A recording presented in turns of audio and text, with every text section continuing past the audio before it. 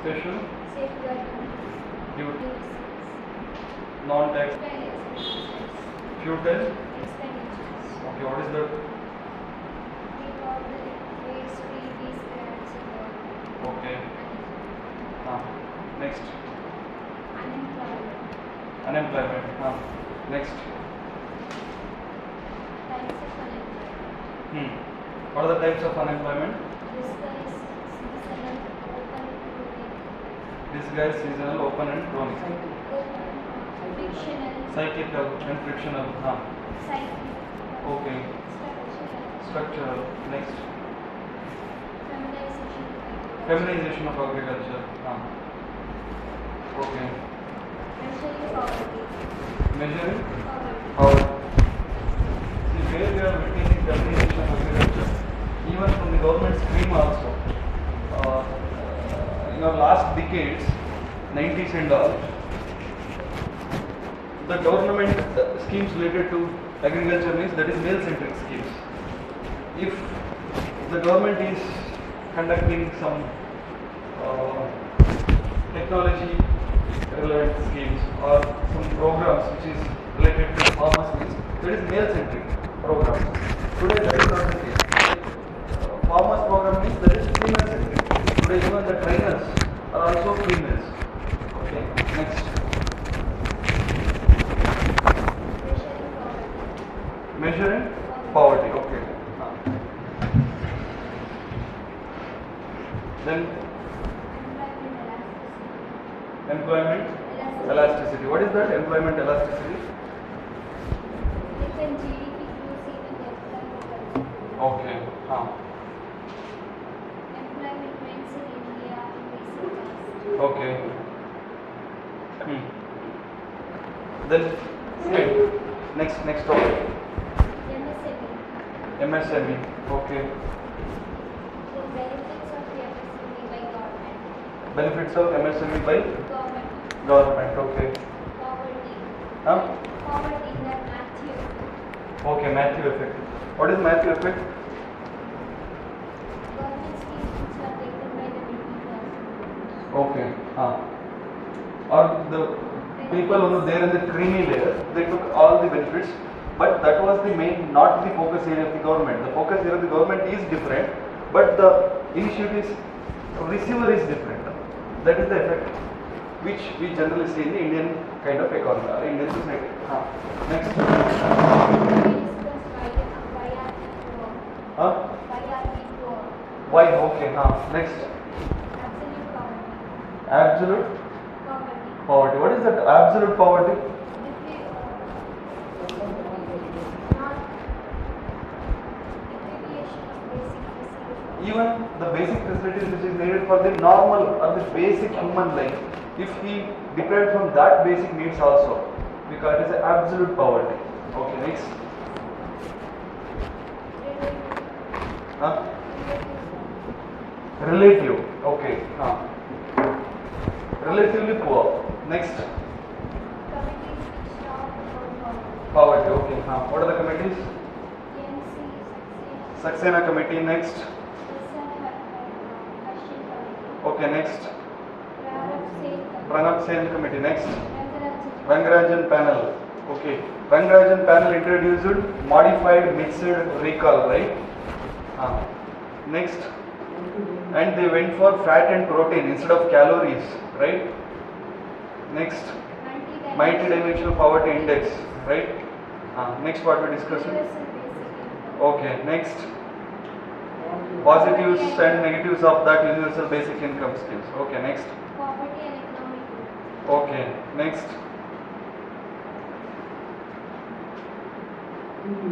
Problems in the measuring the poverty line, right? Non-discriminatory approach. They are not discriminating the poor. Like there should be discrimination within the poor, right? They are counting head count ratio. One or poor means one or less than that line. They considered everybody in a single way. That is not good. There should be discrimination in their. There should be specific initiative for one who are at the last mile, right? Next. elastic and inelastic demand, Okay. consumption and growth, Okay. Next. It is dictated something like critical evaluation of strategy for the poverty elevation. Why government is failed? No. A limitation of the headcount, non-discriminatory approach. Take a note. Limitation of headcount, a non-discriminatory approach. See, this non-discriminatory is good or bad? Don't connect this discrimination to our Article 14 and all. Okay, that is negative discrimination. Here it is positive discrimination. Positive discrimination is good. And in that also, Article 14 also, we discussed two kinds of equality, right? One is all are equal before law. Another one is equity. Means there is a discrimination, inequality while approaching different kinds of peoples, right? I gave a Salman Khan example, I guess, a cab driver and Salman Khan example. Non-discriminatory means what? Government is following non-discriminatory approach. That means, is this good approach or bad approach? It is bad approach. There should be discrimination in like today every poor is treating in a equal terms. That should not be good. That should not happen, because within poor also there are at the drudgery. I mean, their life is tragedy, and some of the poor is like, just because of their bad habits they become poor. Means they are very near to that line. That means what? They need little effort from the government. For rest of the things, like one who are at the downstream, they need more effort. So the government hand should be more stretched for those people who are at the level, or one who are at the field or the last mile, right? Let us take limitations of headcount non-discriminatory approach. Limitation of headcount non-discriminatory approach. Limitation of headcount and non-discriminatory approach. See, limitations means something negative. How it is limited? Okay. The poverty line once determined remains quite insensitive. Once it determines, then it remains quite insensitive. Means it will not fluctuate. It is not a biological, organic. It is not organic. While talking in polity, I told you our constitution is an organic constitution. Why it is not inorganic? Why it is not inorganic? It can be changing, right? And I am following the current affairs. Yesterday, the Wayanad MP, he lost his membership in our parliament, and in 2014 there was an ordinance which was passed by the then Manmohan Singh government, and that was passed by this person only, and he went into sloganeering within the parliament, and he just trashed the entire concept which was printed out. Okay, the ordinance was struck down later by Supreme Court. If that ordinance was there, means this is not the situation of this MP today. What is that ordinance? 2014 ordinance? Do you remember? Current affairs. See, that time's ordinance is like, if somebody today, what is the Representation of the People Act section 8 talks about? I discussed this Representation of People Act 1951. There is some disqualification procedures of the parliamentarians, politicians, right? And one who crossed the whip, means leaders of that political party, means one who voted against the will of that political party, they can be disqualified. This is one. Another one, because of the defection, there is also many procedures. And another thing, because of the conviction for more than 2 years, that too heinous crimes like practicing social evils or indulging in some of the heinous crimes like the rape, murder, this kind of. And this is also kind of practicing evil, a social evil. What he did, like derogatory statements towards particular caste, right? So it comes under the social evil only, right? So under these kind of cases, if somebody prosecuted for more than 2 years, means the imprisoned for more than 2 years, means he is not able to contest election for this prosecution period plus 6 years. Okay, this was struck down by the ordinance of the then government. Okay, because when Lalu Prasad Yadav, he was arrested and this, he was imprisoned because of this procedure, and his parliamentary process, his parliamentary membership got dissolved. To avoid that parliamentary membership dissolution, they brought a law, they brought an ordinance. Ordinance, right? It's a urgent law which is taken by the senior executive or the super executive president, right? That was struck down by the then parliament, okay, the then government. That is different. If that ordinance was there, means today it itself become a stabilizer for his tragedy today. The poverty line, once determined, remains quite insensitive to the plight of the people suffering from various degrees of poverty, that is, various degrees of poverty, that is, poverty line is insensitive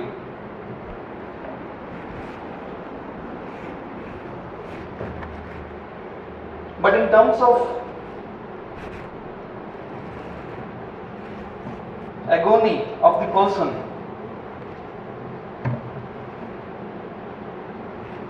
the two situations are not the same. Agony of the person, the two situations are not the same. Amartya Sen argued that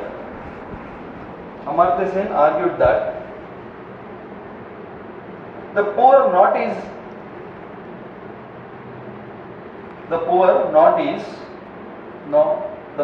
is not an economic class nor a convenial category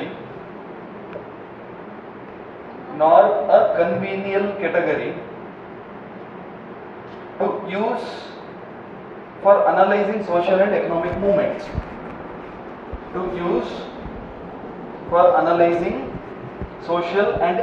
movements.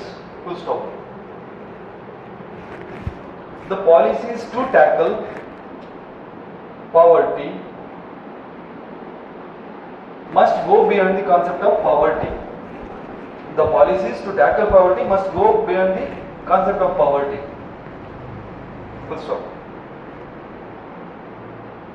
The policies to tackle poverty must go beyond the concept of poverty.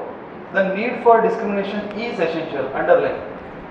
The need for discrimination is essential.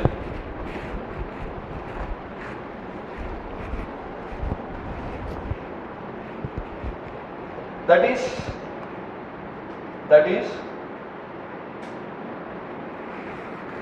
it's not sufficient to know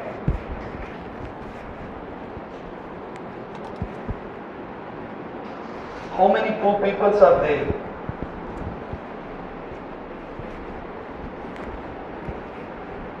But actually government should know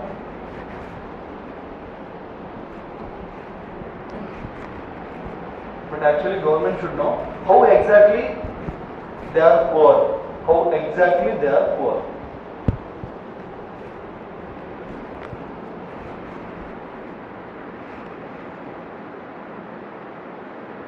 Okay. Take another heading. Critical evaluation of strategy for poverty alleviation. Critical evaluation of strategy for poverty alleviation. Poverty alleviation means something taking them out of their poverty line.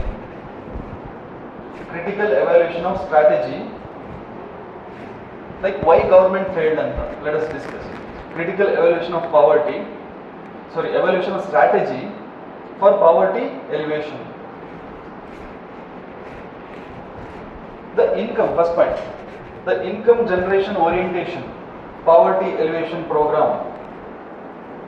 The income generation orientation poverty alleviation program do not recognize the importance of increased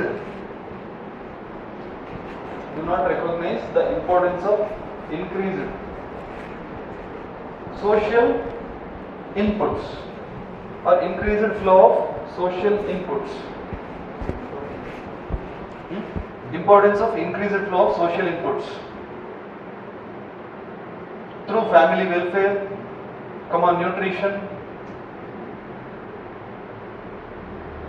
social security,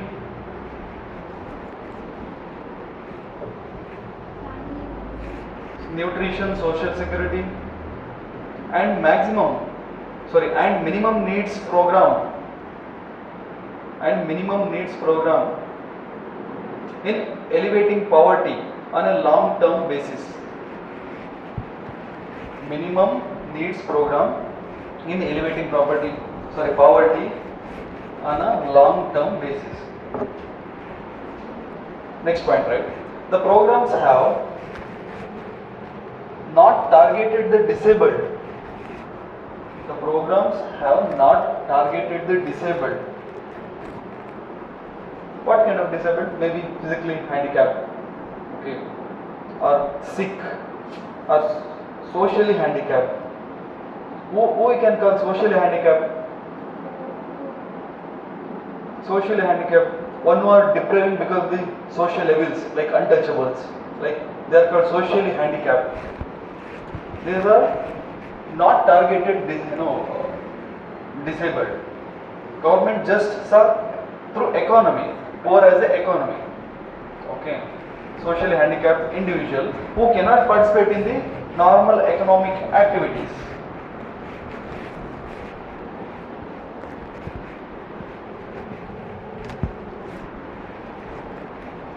The strategy for normal economic activities, the strategy of poverty elevation has also failed. Of poverty elevation has also failed to do justice to women.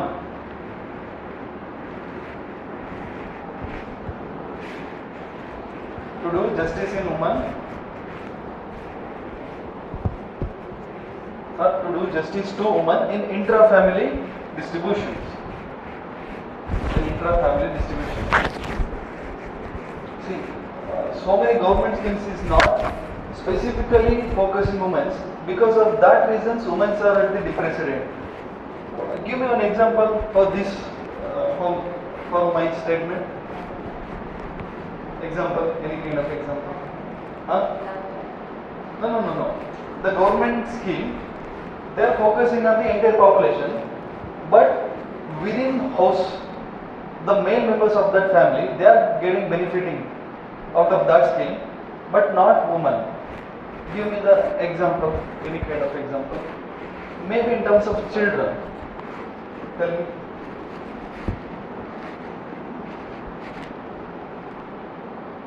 In our region, that is not the case, but if you go to North India and some of the parts of the Karnataka, there is a discrimination within household also.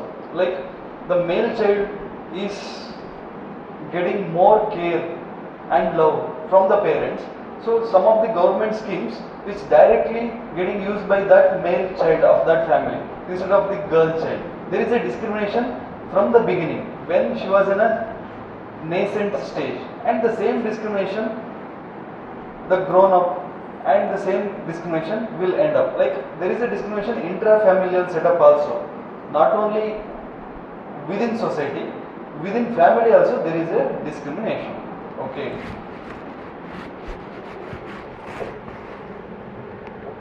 So, ನಮ್ಮ government ಅದನ್ನೆಲ್ಲ focus ಮಾಡ್ತಾ ಇಲ್ಲ ಅಂತ. But the Karnataka's one political party manifesto, it itself is focusing on that, right? Like Graha Lakshmi scheme, something. Every male member of the family, she is getting, and they are promising, not she is getting now, 3,000 or 2,000 rupees. 2,000 rupees. Okay. Where we stop? This is the last line. Women in intra-family distribution. Next point. Income and employment oriented poverty elevation programs. Income and employment oriented poverty elevation programs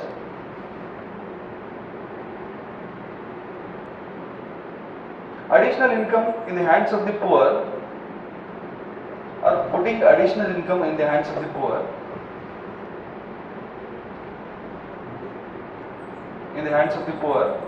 which can be used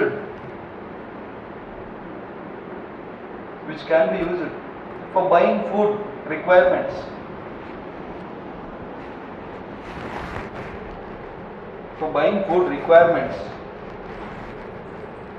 but these programs,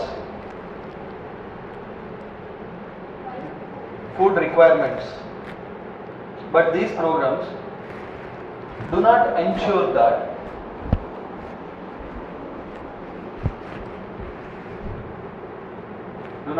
that the poor can really manage to get adequate food. Do not ensure that the poor can really manage to get adequate food all around the year.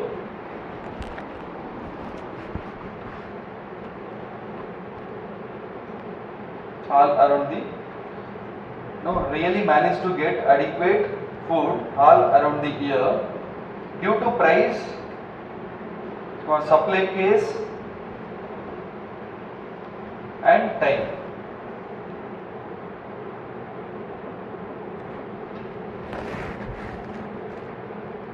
Okay, enough. And time. Next point, right? The present approach is nearly blind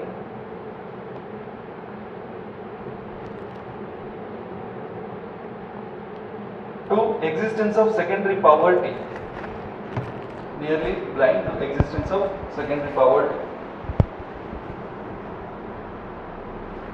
The secondary poverty is defined as condition in which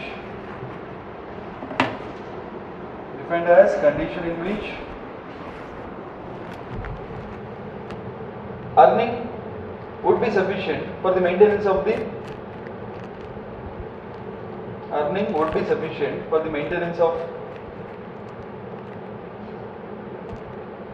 merely efficiency,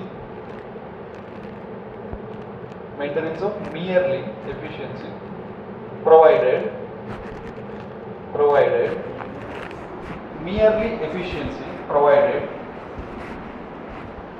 it is not absorbed or observed,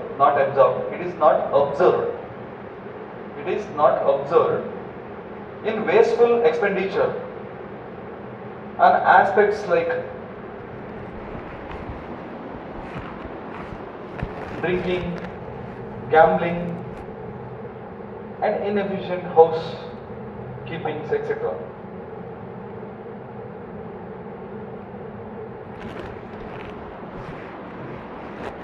Next point. Many rural poor depend on natural resources for their livelihood.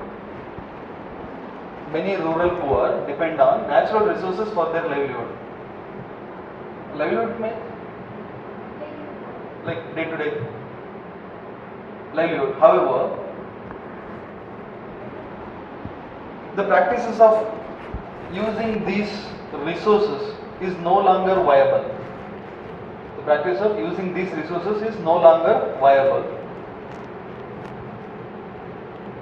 And as a result, they are deteriorating.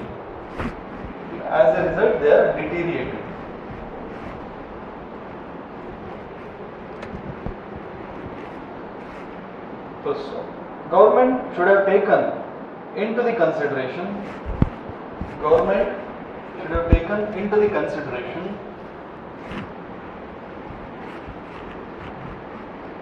the aspect of environmental decay, which was neglected.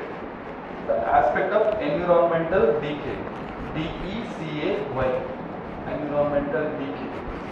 It is neglected, or which was neglected. I will talk about this while doing environmental. See, today every word is focusing on the development, but nobody is talking about, not today. In our last decade, nobody was interested in talking about the environmental impact of these development programs. But after so many initiatives of these central governments of the many countries, today not only development is our focus point, environment is also our focus point.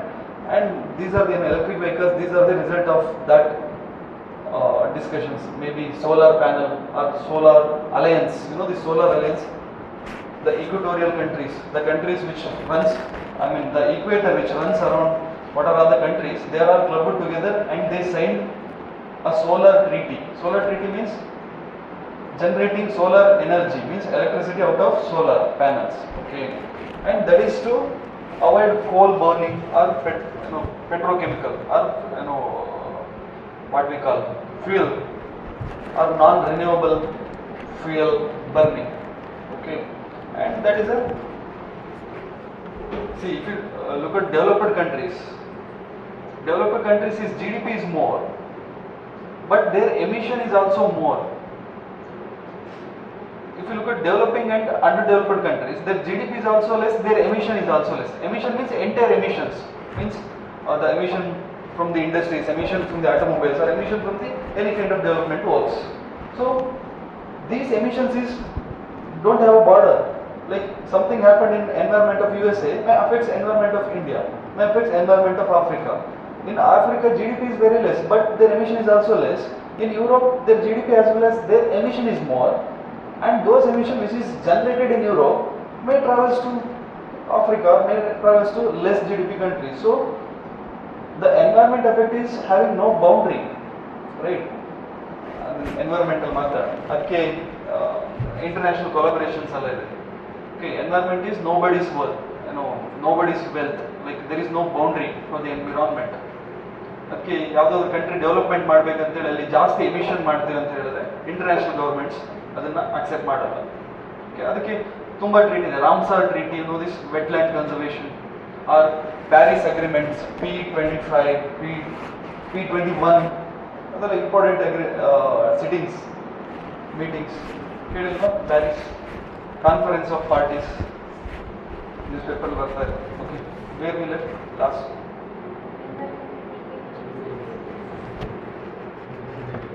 Next, government has failed in the next line, right?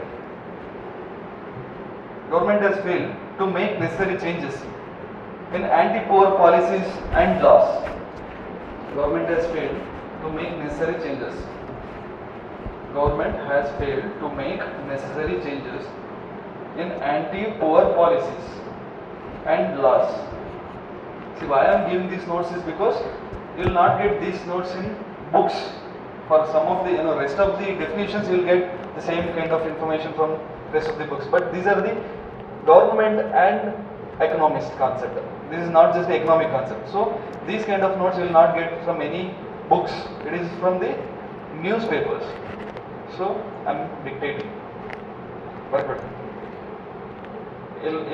Yavadu last line? Anti-poor policies and laws. These policies harm the poor, particularly tribals. These policies harm the poor, particularly tribals, who depend on non-timber forest products. Who depend on non-timber forest products. What is this non-timber forest products?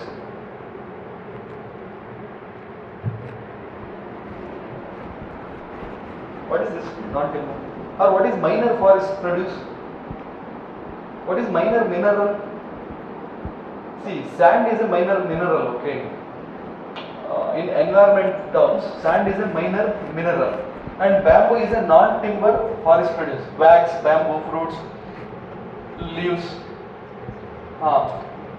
And this one, the grasses, sometimes the branches of the tree, that itself.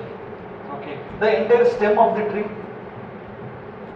trunk of the tree, timber, that is non-timber, okay. Except the trunk of the tree, any other thing which is we collected out of the forest means that is non-timber forest produce. That comes under minor forest producers.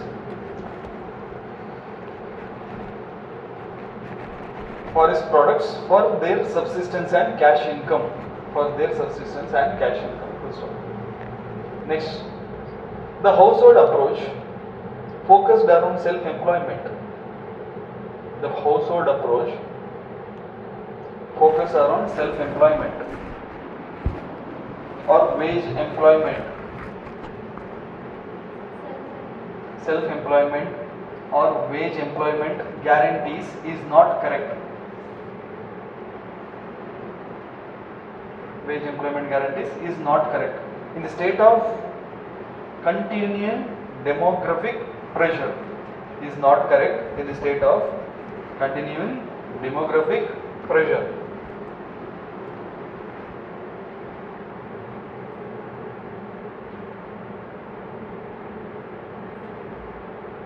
Increasing smallness of the size of the farm holding. Increasing smallness of the size of the farm holding. There is a need for size of the farm holding. Farm holding means, see, if you look at western parts of India, the one farmer means he is holding hundreds of acres land, wheat growers, Punjab, Haryana.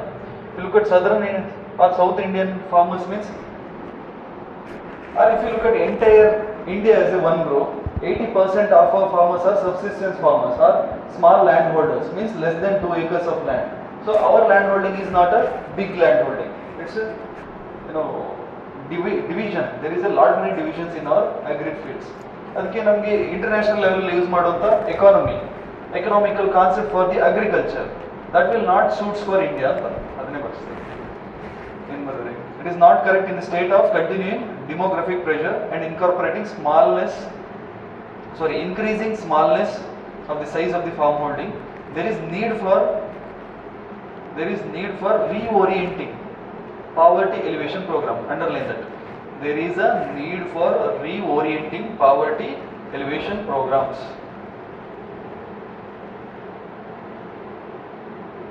To build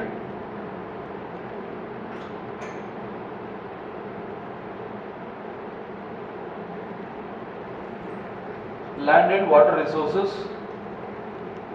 for channelizing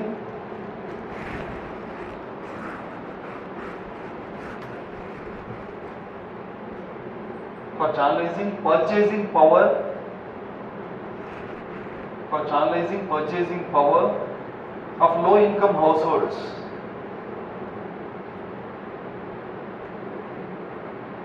and from preventing perpetuation of exploitation practices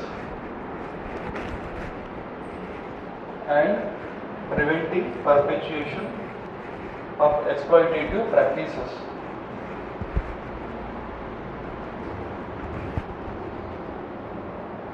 Okay, this is all about it.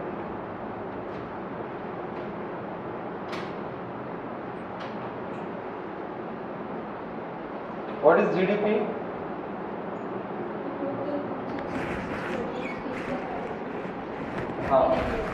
In a year. Okay.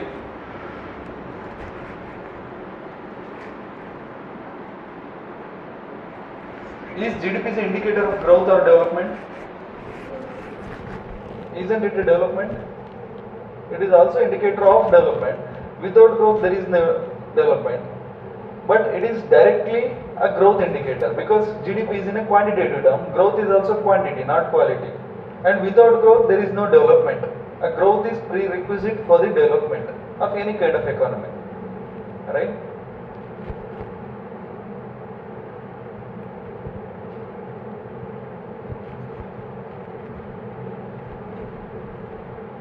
See why Modi ji wants to export-led growth. Why he is speaking about the export-led growth? Modi means why government is speaking about the export-led growth instead of consumption-led growth. There is two kinds of growth, this consumption-led growth and export-led growth. After independence, China went for consumption instead of consumption-led growth, export-led growth. India went for consumption-led growth. Today, China seeking for consumption-led growth, domestic consumption instead of export-led growth. Why? What made China to shift their policy in economy from export to consumption? Exactly, because of sanctions in its international diplomacy, right?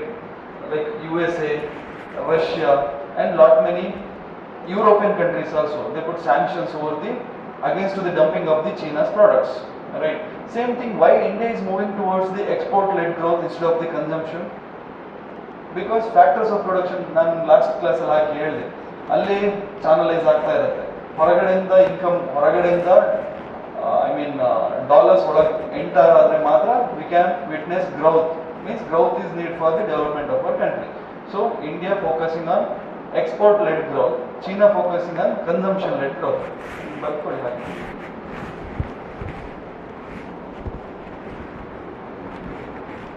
Why China shifted its policy also should be there in our notes.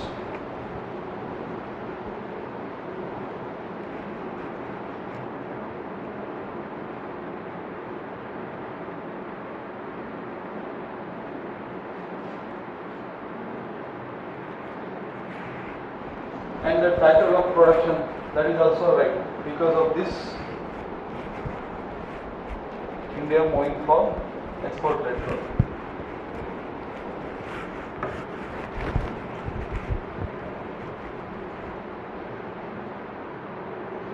Our entire foreign policy roam around our economic gain.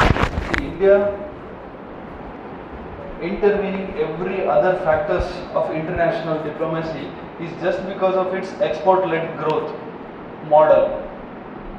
What is the thing which is required to successful in export-led growth? A favorable environment in between the countries, right? So if India went into the rivalry with the rest of the states of world, what happens to our economic model of export-led growth? We are not successful because they put sanctions over our products. When they put sanctions on our products, what happens to our investors? They just flight their capital to different countries, but not India. They are not going to invest in India, right? So in India there is no domestic demand. So export-led growth is very important to retain FDI also, or to retain a foreign investment in India, or to extract more foreign investment from countries like USA, like even the southeastern countries is also investing in India, Singapore, Indonesia, Mauritius is also today investing in India, Indian IT sector, right? So what is real GDP and nominal GDP? We discussed it, right? What is real GDP? Standard. I mean, what is the base year for the real GDP? 2011 and 12. Before it is 2004 and 5. After that, that was changed to 2011 and 12. So something real means what? The inflation effect is not there in that price. So how we can increase the GDP of any country?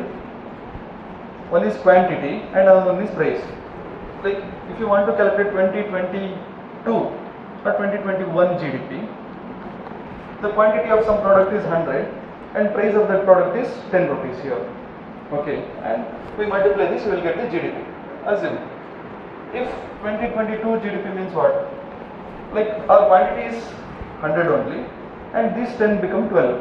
So it looks like GDP is increasing. But actually it is not increasing, just price is increasing because of that GDP increasing. It looks like GDP increasing means what? Our manufacturing increasing ansate.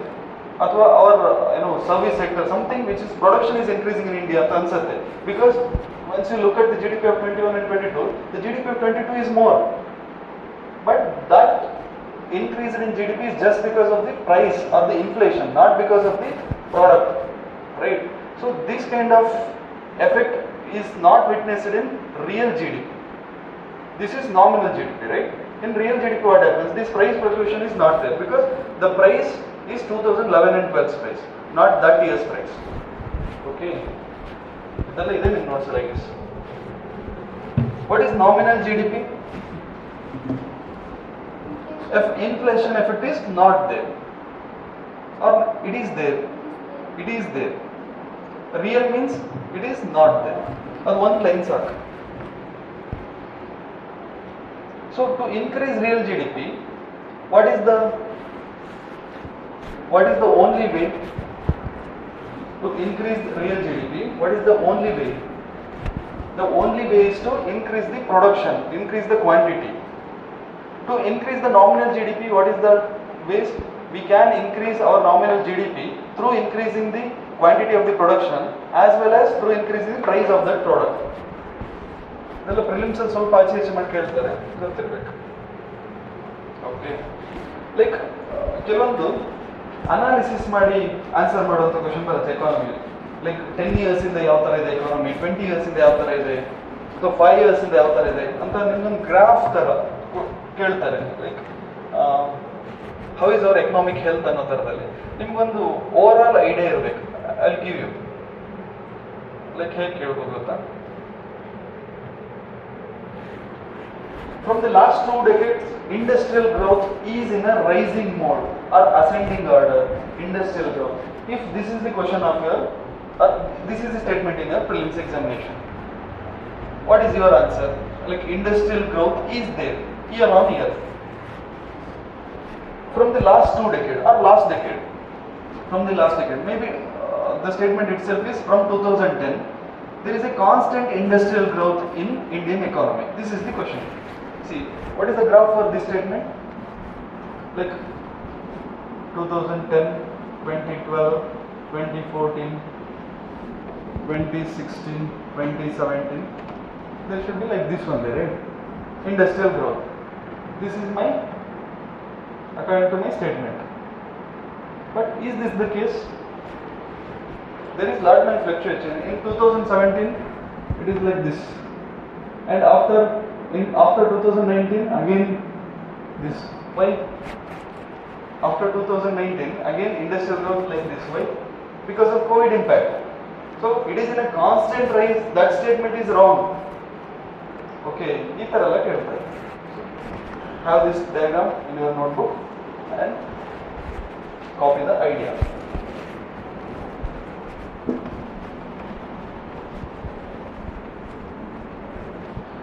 And the trick here is like these statements are not most of the times wrong statements. If the statement based question means most of the time it is not right concept. It looks like right concept. It looks like the statement which they gave is correct statement, but actually that is not. So be careful while answering these kind of statement based questions or analysis based questions.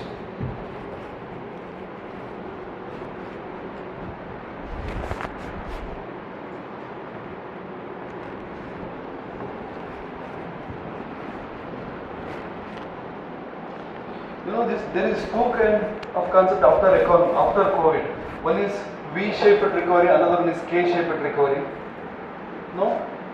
After this, is it completed? After that, take a heading V-shaped and K-shaped recovery after COVID. Recovery of the economy. See, V-shaped and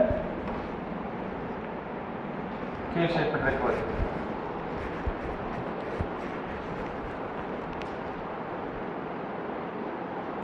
See, what is this V-shaped recovery? See, there is a continuous fall down because of the lockdowns and all. Continuous falling of the economy. After lifting the lockdown, what happened? Again, economy, transaction, everything started. Economy again comes into a normal way. This is V-shaped recovery, and very few sectors they witnessed V-shaped recovery. Like they stabilized the wave which is there before. Like ಮೊದಲಿದ್ದ ತರನೇ ಮತ್ತೆ ಕೆಲವೊಂದು ಆಯ್ತು. But ಕೆಲವು economy ಹೇಗೋಯ್ತು? See, this is what ಹೀಗೋಗಿ sudden ಇದೊಂಥರ sudden ಆಗಿ ಹೇಗೋಯ್ತು, ಸಡನ್ ಆಗಿ ರೈಸ್ ಆಯ್ತು ಕೆಲವೊಂದು. ಬಟ್ ಕೆಲವೊಂದು ಎಲ್ಲೊಂದು ಹೀಗಾಗಿಲ್ಲ. Lot many economies or lot many businesses that just vanished, or year on year it is decreasing in its economic terms or in its transactions. So it looks like again after COVID recovery also it is moving down. So it looks like K, right?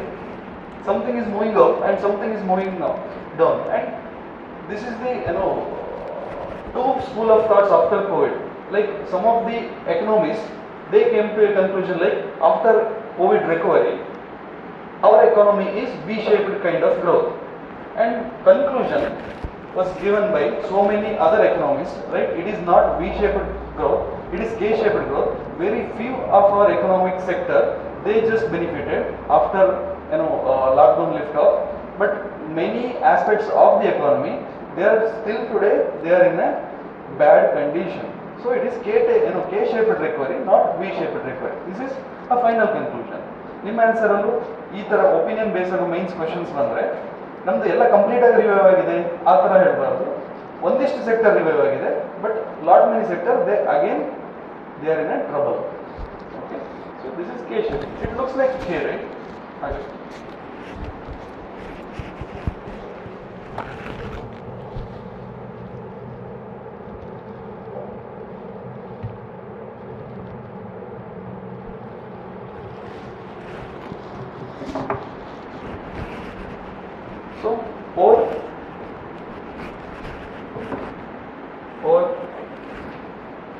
see, if the statement is related to service sector, this is manufacturing industry, right? Service sector, my statement is the rate of service sector export is increasing every year. The rate of service sector export is increasing every year. India is good at service sector or not in terms of export and import. In terms of trade, Indian service sector trade is in a surplus or deficit? Surplus. Because of that, now first level hage ಹೇಳ್ತೀನಿ, Indian service sector export or service sector trade is in a surplus mode. So the rate of service sector is increasing every year. The rate of service export is increasing every year. This is my statement. My statement is right or wrong? The rate means what? Like, no, the rate means 1 year, like 2010 to 2011, this surge should be more than 2009 to 2010. I mean 2022 to 2023 ಎಷ್ಟು rice ಆಗುತ್ತೆ, 23 to 24 ಇನ್ನೂ ಜಾಸ್ತಿ rice ಆದ್ರೆ ಮಾತ್ರ ನಾನು ಹೇಳಿದ statement correct. It's like our what is that, disinflation. What is disinflation? The rate of rising is decreasing is disinflation. Here my statement is the rate of rising is also rising. The rate of rising is also rising. This is my statement, right? Cash ಮಾಡಿದ್ರೆ ನಾನು ಏನು ಹೇಳಿದೆ ಅಂತ. So is this statement right or wrong? The rate of rising is not rising. Maybe our service sector year on year it is rising, but the rate is decreasing. That should be in your mind while answering the question. The rate is decreasing. Why? After 1991, because of the sudden favorable environment for the IT sector, because of the sudden foreign investment and all, that period, 2000 to 2020, these 2 decades, it is witnessed huge surge in its service sector. Sudden expansion. Expansion rate ಈಗ ಕಾಣ್ತಿಲ್ಲ. S, year on year ಜಾಸ್ತಿ ಆಗ್ತಿದೆ, but 20 years ಅಲ್ಲಿ expand ಆಯ್ತಲ್ಲ service sector, speed ಇವಾಗಿಲ್ಲ, speed decrease ಆಗಿದೆ. So my statement is wrong statement. ನನ್ನ statement ಏನು? The rate of service sector or rate of the service export is increasing. Wrong, right? ಆದರೆ exam ಅಲ್ಲಿ ಅನ್ಸಲ್ಲ, correct ಅನ್ಸುತ್ತೆ ಅಲ್ವಾ? ಅದಕ್ಕೆ ನೋಟ್ ಮಾಡ್ಕೊಳ್ಳಿ.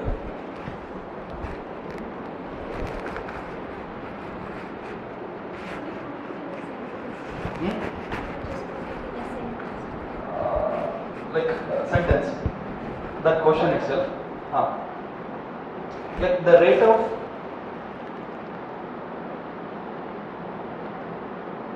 of increase in the service sector export is decreasing when we compare. Export is decreasing if we compare our rate of service export from the last 2 decades. If we compare our service sector export from last 2 decades. From last 2 decades. First of all, the rate of increase in the service sector the rate of increase in the service sector is decreasing. Underline.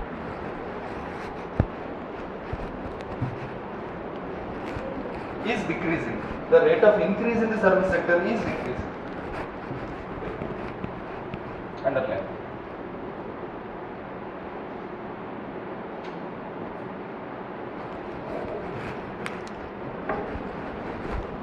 See, there is no reason for export-led growth model of India.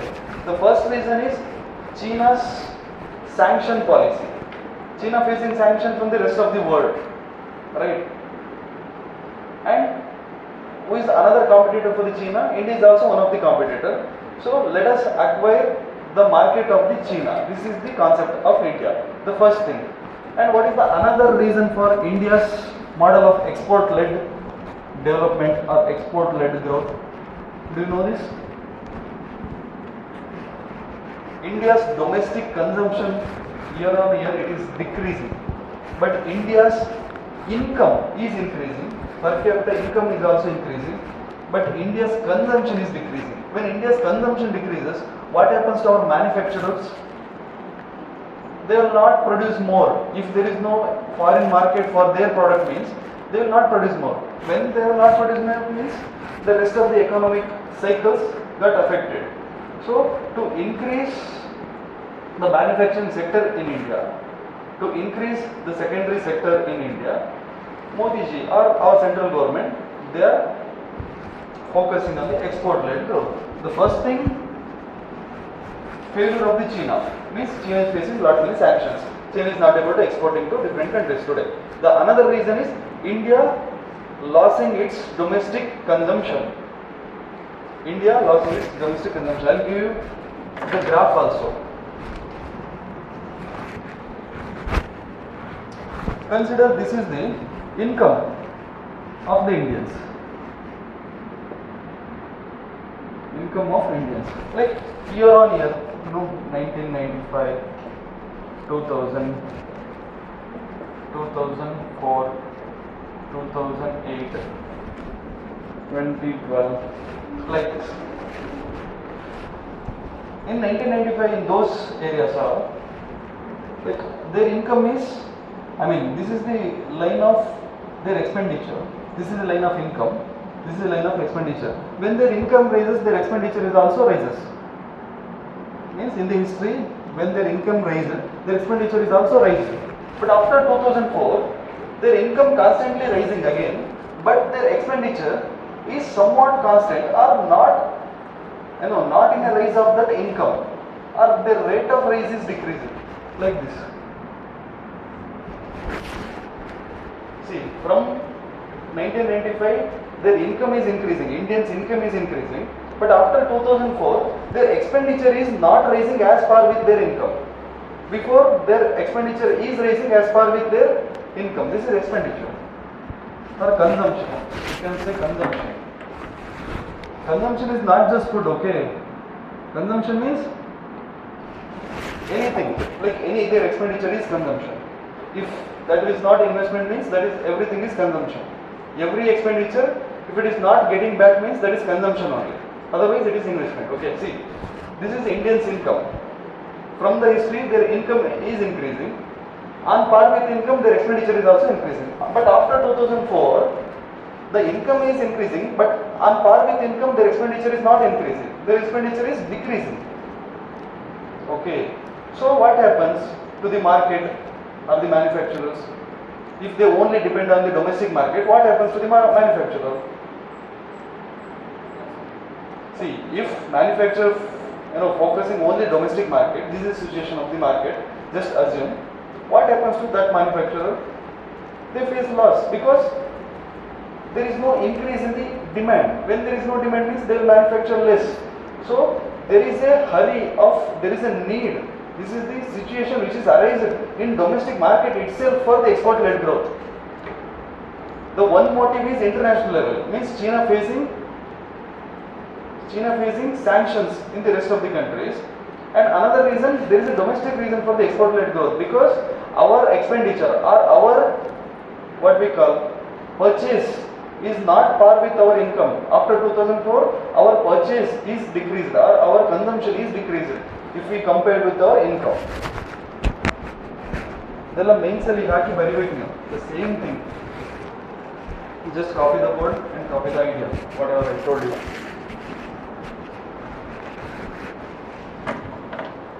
See, ಇದೆಲ್ಲ ಬುಕ್ಕಲ್ಲಿ ಓದಿದ್ರೆ ಒಳ್ಳೆ ಥೆಸಿಸ್ ತರ ಇದೆ, ಏನೂ ಅರ್ಥ ಆಗಲ್ಲ. But final conclusion ಇಷ್ಟೇ.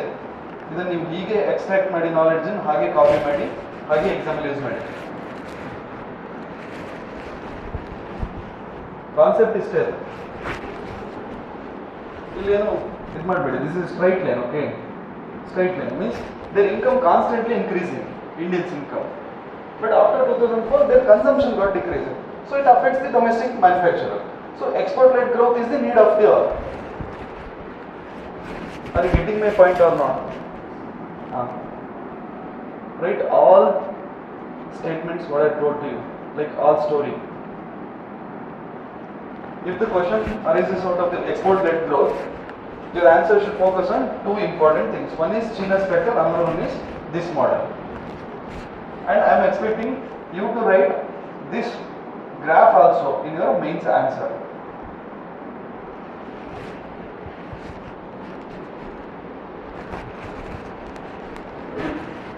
Because this is the ideal line which we expected. Ideal line which we expected, but this is the resultant line. See, this is the nimdu. I give liberty, artistic liberty to you. This is the concept. Other male baker, ಏನು ಬೇಕಾದ್ರೂ ನೀವು fill ಮಾಡ್ಕೊಳ್ಳಿ. This is the ideal line what we expected, but India facing this line. This is the resultant line. So what is the situation which created out of this? Demand for export led growth. There is no other option because domestic manufacturer got affected, so they seek export led growth. So this is the second sub answer in your export led growth answer. Right? What is the first one? The China's factor. So this 2004 is the key thing. ಇದು ತುಂಬಾ economics ಇದನ್ನ mention ಮಾಡಿದ್ದಾರೆ. After 2004 ಅನ್ನೋದನ್ನು mention ಮಾಡಿದ್ದಾರೆ. So ನಿಮ್ಮ answer ಇದನ್ನ focus ಮಾಡಿದ್ರೆ ನೀವು ದೊಡ್ಡ ದೊಡ್ಡ ಬುಕ್ ಓದಿದ್ದೀರಾ ಅಂತ ಅನ್ಕೊಳ್ತಾರೆ.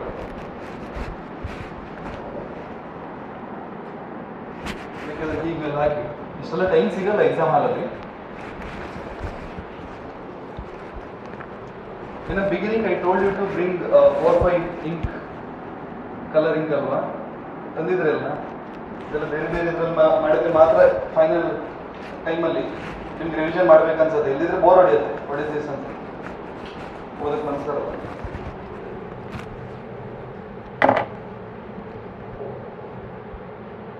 And not only here, like ನಿಮಗೆ ಎಲ್ಲೆಲ್ಲಿ ಬೇಕು ಇದನ್ನು ಯೂಸ್ ಮಾಡ್ಕೊಳ್ಳಿ. The knowledge is only this much. You can use anywhere or wherever you want. See, for calculation of the GDP, there is lot many methods. Okay, and one of the method is using income as a criteria to calculation of the GDP. What is the income for the economy? Like if you look at the factors of the production, what are the factors of the production? Land, labor, capital, organization. So income, see, we are calculating GDP through income means what is the income for the land? The rent is the income. What is the income for the rest of the things? Labor, wages. Next, capital, interest, then okay. See, if we calculate this, means if we add these factors of income combinedly, that itself is a GDP. Like there is lot many ways to calculate GDP. One of the way is adding all factors of income. Okay, because GDP calculation using income. Or Is this over?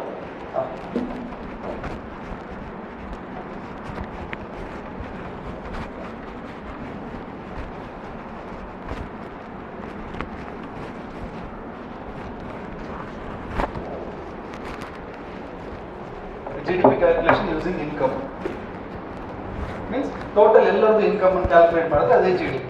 ಎಲ್ಲರದು income ಅಂತ ಹೇಳಿದ್ರೆ ಯಾವ್ದಿರುತ್ತೆ ಒಂದು ಎಕಾನಮಿಯಲ್ಲಿ? The income which is arising out of the factors of production, right? What are the factors of the production? See, we are calculating GDP through income, right? Here, like factors of production ಅಂತ ಹೇಳಿದ್ರೆ first one ಯಾವುದು? Factors of production. First one factors of production, land. So his income, land's income rental, plus next labor's income, wages. Okay. Next factors of production, capital income, profit, right? And capital interest. Okay. Entrepreneur profit, interest. Okay. Entrepreneur profit. Then the mixed income means income from the more than one activity, like household people, they also work, right?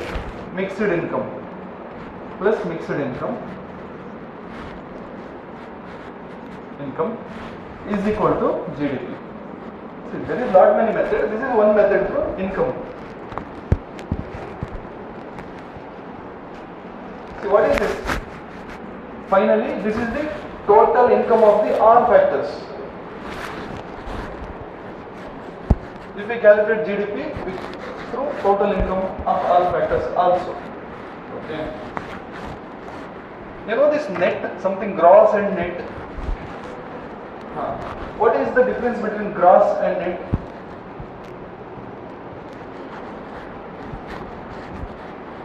NET, net and gross. What is the difference? What is GDP full form? Abbreviation. Gross domestic product. So this gross, what is this gross? And gross versus net. What is the difference between gross versus net or gross and net? Because the covered. As I said, I forget. Gross versus net. What is the difference?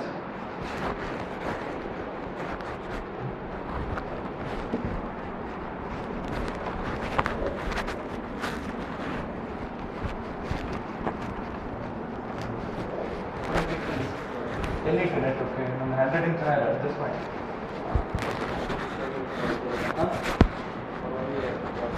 No. There is a standard difference for this.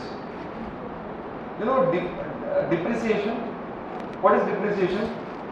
The value, year on year, the value of that product is going to decrease because of lot many factors, right? So, if something we subtracted, like from the gross, you can take like this. Net is equal to, from gross, we subtract depreciation, we get net. Like which is bigger or which is having more value? Gross is bigger than the net, right? So when depreciation we subtracted out of that gross, we will get net. So which is real actually? Net is real. So there is no depreciation effect for that, right? Is it good? Now vehicle ತೊಗೊಳ್ತೀವಿ. Let's imagine Swift car ತೊಗೊಳ್ತು 9 lakhs rupees ಇದೆ. Okay, 1-2 years ಬಿಟ್ಟು ಬಂದು ನಿಮ್ಮ ಹತ್ರ ಯಾರಾದರೂ ಕೇಳ್ತಾರೆ, what is the value of this car ಅಂತ. ನೀವು 9 lakh ಹೇಳಿದ್ರೆ that is gross actually. ನೀವು 9 lakh ಕೊಟ್ಟಿದ್ರೆ ಸುಳ್ಳು ಹೇಳ್ತಾ ಇಲ್ಲ. ಬಟ್ ಇವಾಗ ಅಷ್ಟು ವರ್ತ್ ಇಲ್ಲ ಅದಕ್ಕೆ, ಬಿಕಾಸ್ ಆಫ್ ದ ಡಿಪ್ರಿಸಿಯೇಷನ್ ಅದೊಂದು 7 lakh ಬಂದಿದೆ. So 7 lakh is the net because we are subtracting depreciation out of that. So net is real compared to gross. Net profit, I'll come to that. Like net profit ಆ ಥರ ಹೇಳೋದು, real profit ಅಂತ ಹೇಳೋದು. Real profit, this CSET ಮಾಡ್ತಾ ಹೇಳ್ತೇನೆ ನಾನು. ಈ profit percentage, last ಪರ್ಸೆಂಟೇಜನ್ನು ನಾವು ಇನ್ವೆಸ್ಟ್ಮೆಂಟ್ ಮೇಲೆ ಇದು ಮಾಡ್ತೀವಿ, ನಾಟ್ ಲೈಕ್ ಅವರ್ ಪ್ರಾಫಿಟ್ ಮೇಲೆ. ಬಿಕಾಸ್ ಅಲ್ಲಿ ನೆಟ್ ಪ್ರಾಫಿಟ್ ಅನ್ನೋ ಕಾನ್ಸೆಪ್ಟ್ ಬರುತ್ತೆ ಅಲ್ಲಿ ಟೆಲ್. ಬಟ್ ಇದು ಅವತ್ತು ನಿಮ್ಗೆ ಹೇಳಿರ್ಬೇಕಂತ ಸರ್ ಹೇಳಿಲ್ವಾ ಪ್ರಾಫಿಟ್ ಪರ್ಸೆಂಟೇಜ್ ಲಾಸ್ ಅದು ಮಾಡಿದಾರ ಡೋಂಟ್ ಇದು ಒಂದು ಲಾಸ್ಟ್ ಟೈಮ್ ಸಿಕ್ಕಿದ್ರೆ ನಾನು ಮಾಡ್ತೀನಿ sir C. But this net is something V subtract depreciation from the gross, we will get net. Like GDP is there, means the effect of depreciation is not subtracted from this. If we subtracted the effect of depreciation, what we will get?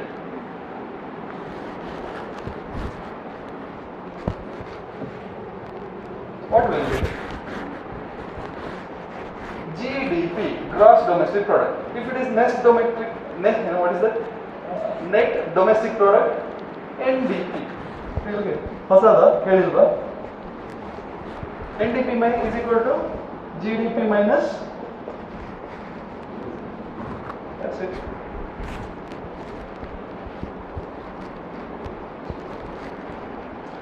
See, this concept why I introduce it is because ಇದನ್ನೆಲ್ಲ ಕೇಳಲ್ಲ exam. This depreciation is not constant. Listen, this depreciation is not constant, it depending on the country.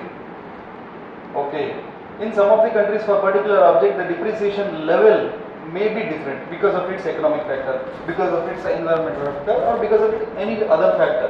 This depreciation is not constant. Depending on the country, depreciation may differs. So GDP is constant. So we use GDP actually, which is very real.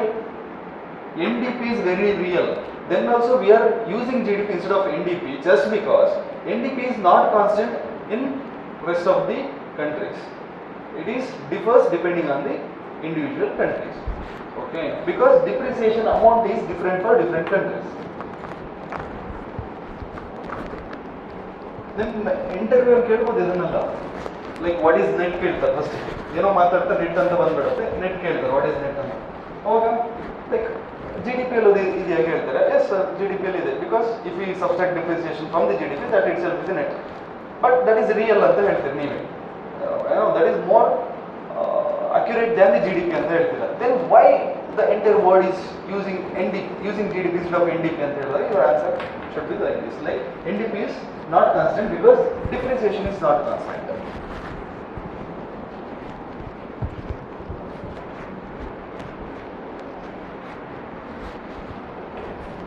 Okay, let us talk about something. This G D ಬಗ್ಗೆ ಮಾತಾಡೋಣ. D domestic, something domestic ಬಗ್ಗೆ ಮಾತಾಡೋಣ. GDP means full form. Then what is the difference between domestic and national? Domestic versus national means D versus N, means GDP versus GNP. What is the difference?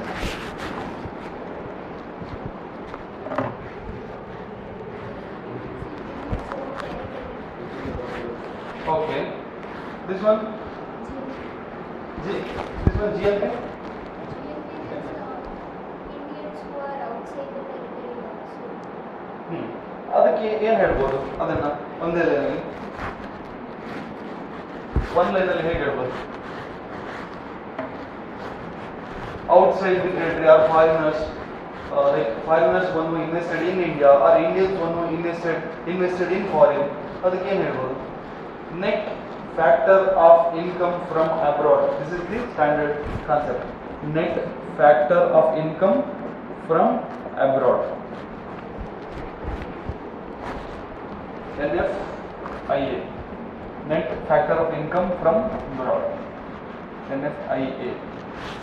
So you can consider GNP as GDP plus net factor of income from abroad or not?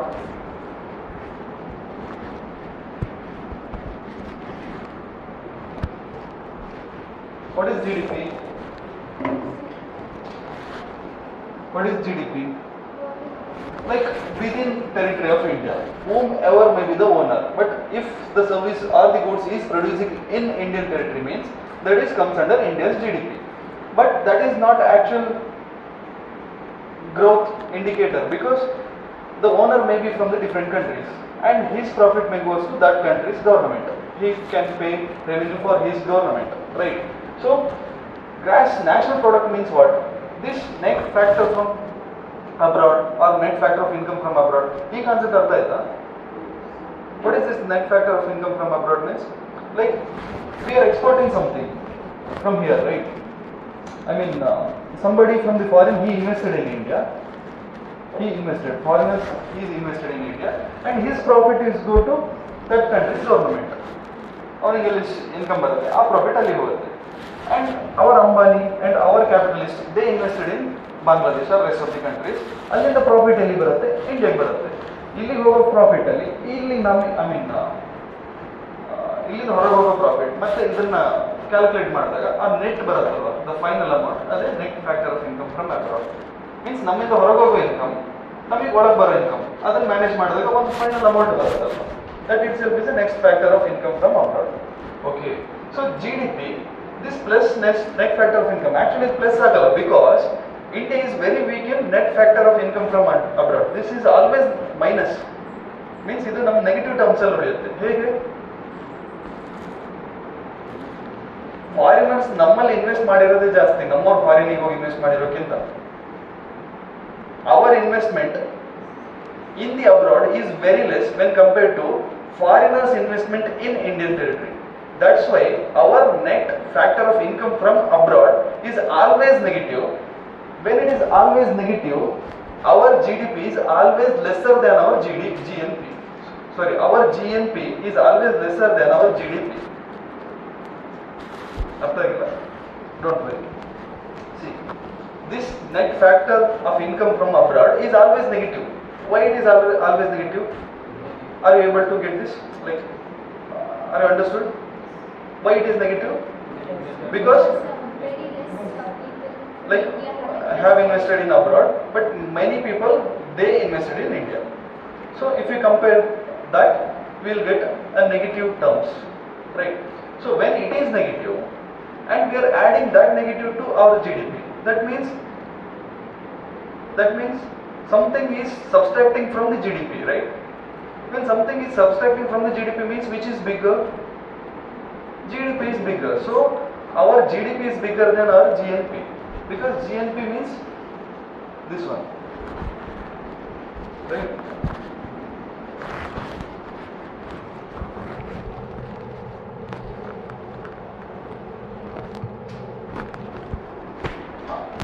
Now let us connect this concept to previous concept. What is the previous concept? Net concept, right? Here we are focusing on GNP. Let us talk about NNP. What is this NNP? Net national product. Net national product means what? Something net means we must subtract depreciation from that product, right? So GNP minus depreciation. This is the formula for NNP. ಇದೆಲ್ಲ UPSC ಅಲ್ಲಿ ಕೇಳಲ್ಲ, but state government exam ಅಲ್ಲೆಲ್ಲ ಕೇಳ್ತಾರೆ. ಗೊತ್ತಿರ್ಬೇಕು, ಕೇಳಲ್ಲ ಅಂತ ಅಂದ್ರೆ IAS ಆದವ್ರಿಗೆ ಇದೆಲ್ಲ ಗೊತ್ತಿರ್ಬೇಕು. ಬೇಸಿಕ್ಸ್ ಇದೆ economy.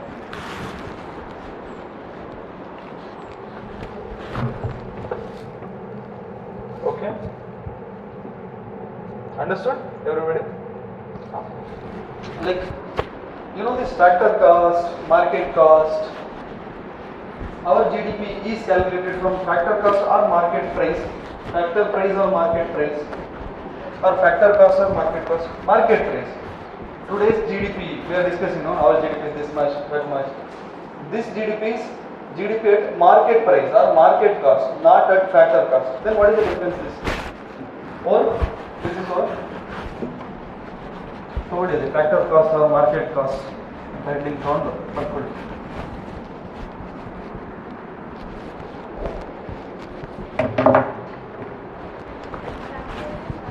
market, factor and market price.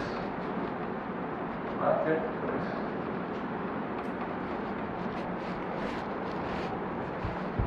What is this factor price? price of a particular product at the factor of the production. What is factors of the production? Land, labor, capital. These are the factors of the production. Means this is the product price at the manufacturing level itself. Means industry in the marketing hogilla.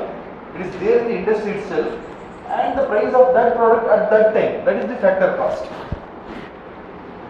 The factor cost means the cost of that product after factors of production.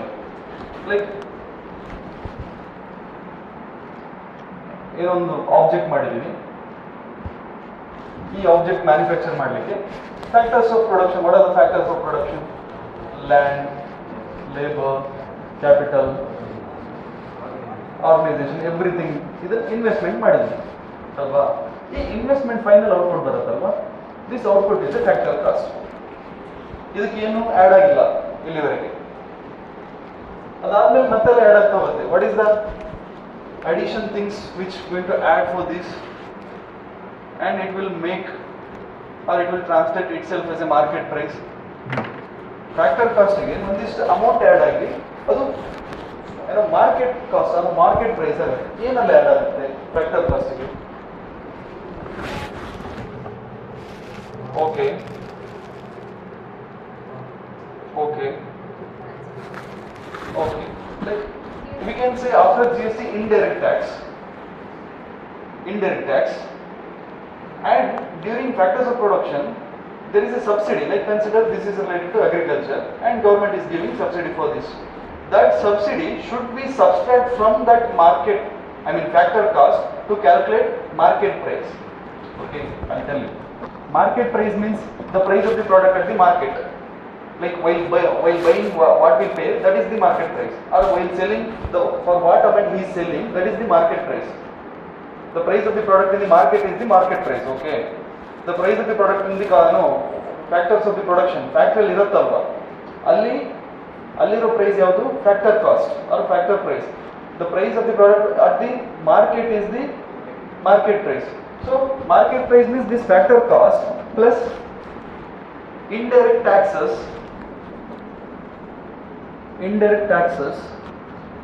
minus the subsidy which is given by the government to that factors of production. Subsidy.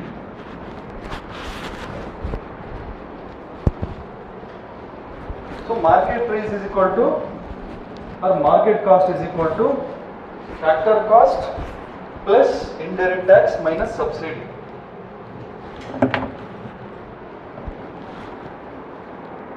And we are using this market price for GDP calculation. This make by GDP at market price. This is the standard. GDP market price. So what is market price? What is market price? Market price is equal to the factor cost plus indirect taxes minus subsidy. This is easy irutte adu aspirants up ಮಾಡ್ತಾರೆ exam. So now tell me definition of the factor cost using market price. Using market price, tell me the definition of the factor cost. Factor cost is something previous than the market price, right? Factor cost is previous than the market price. Market price when the product reaches the market. Factor cost means it is there in the manufacturing setup only. So using market price, define factor cost like this formula. Market price minus indirect tax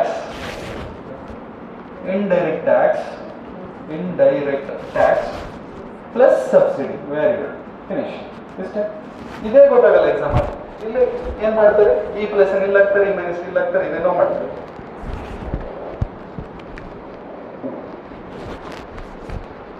Understood, right? No? Not right. I'll explain.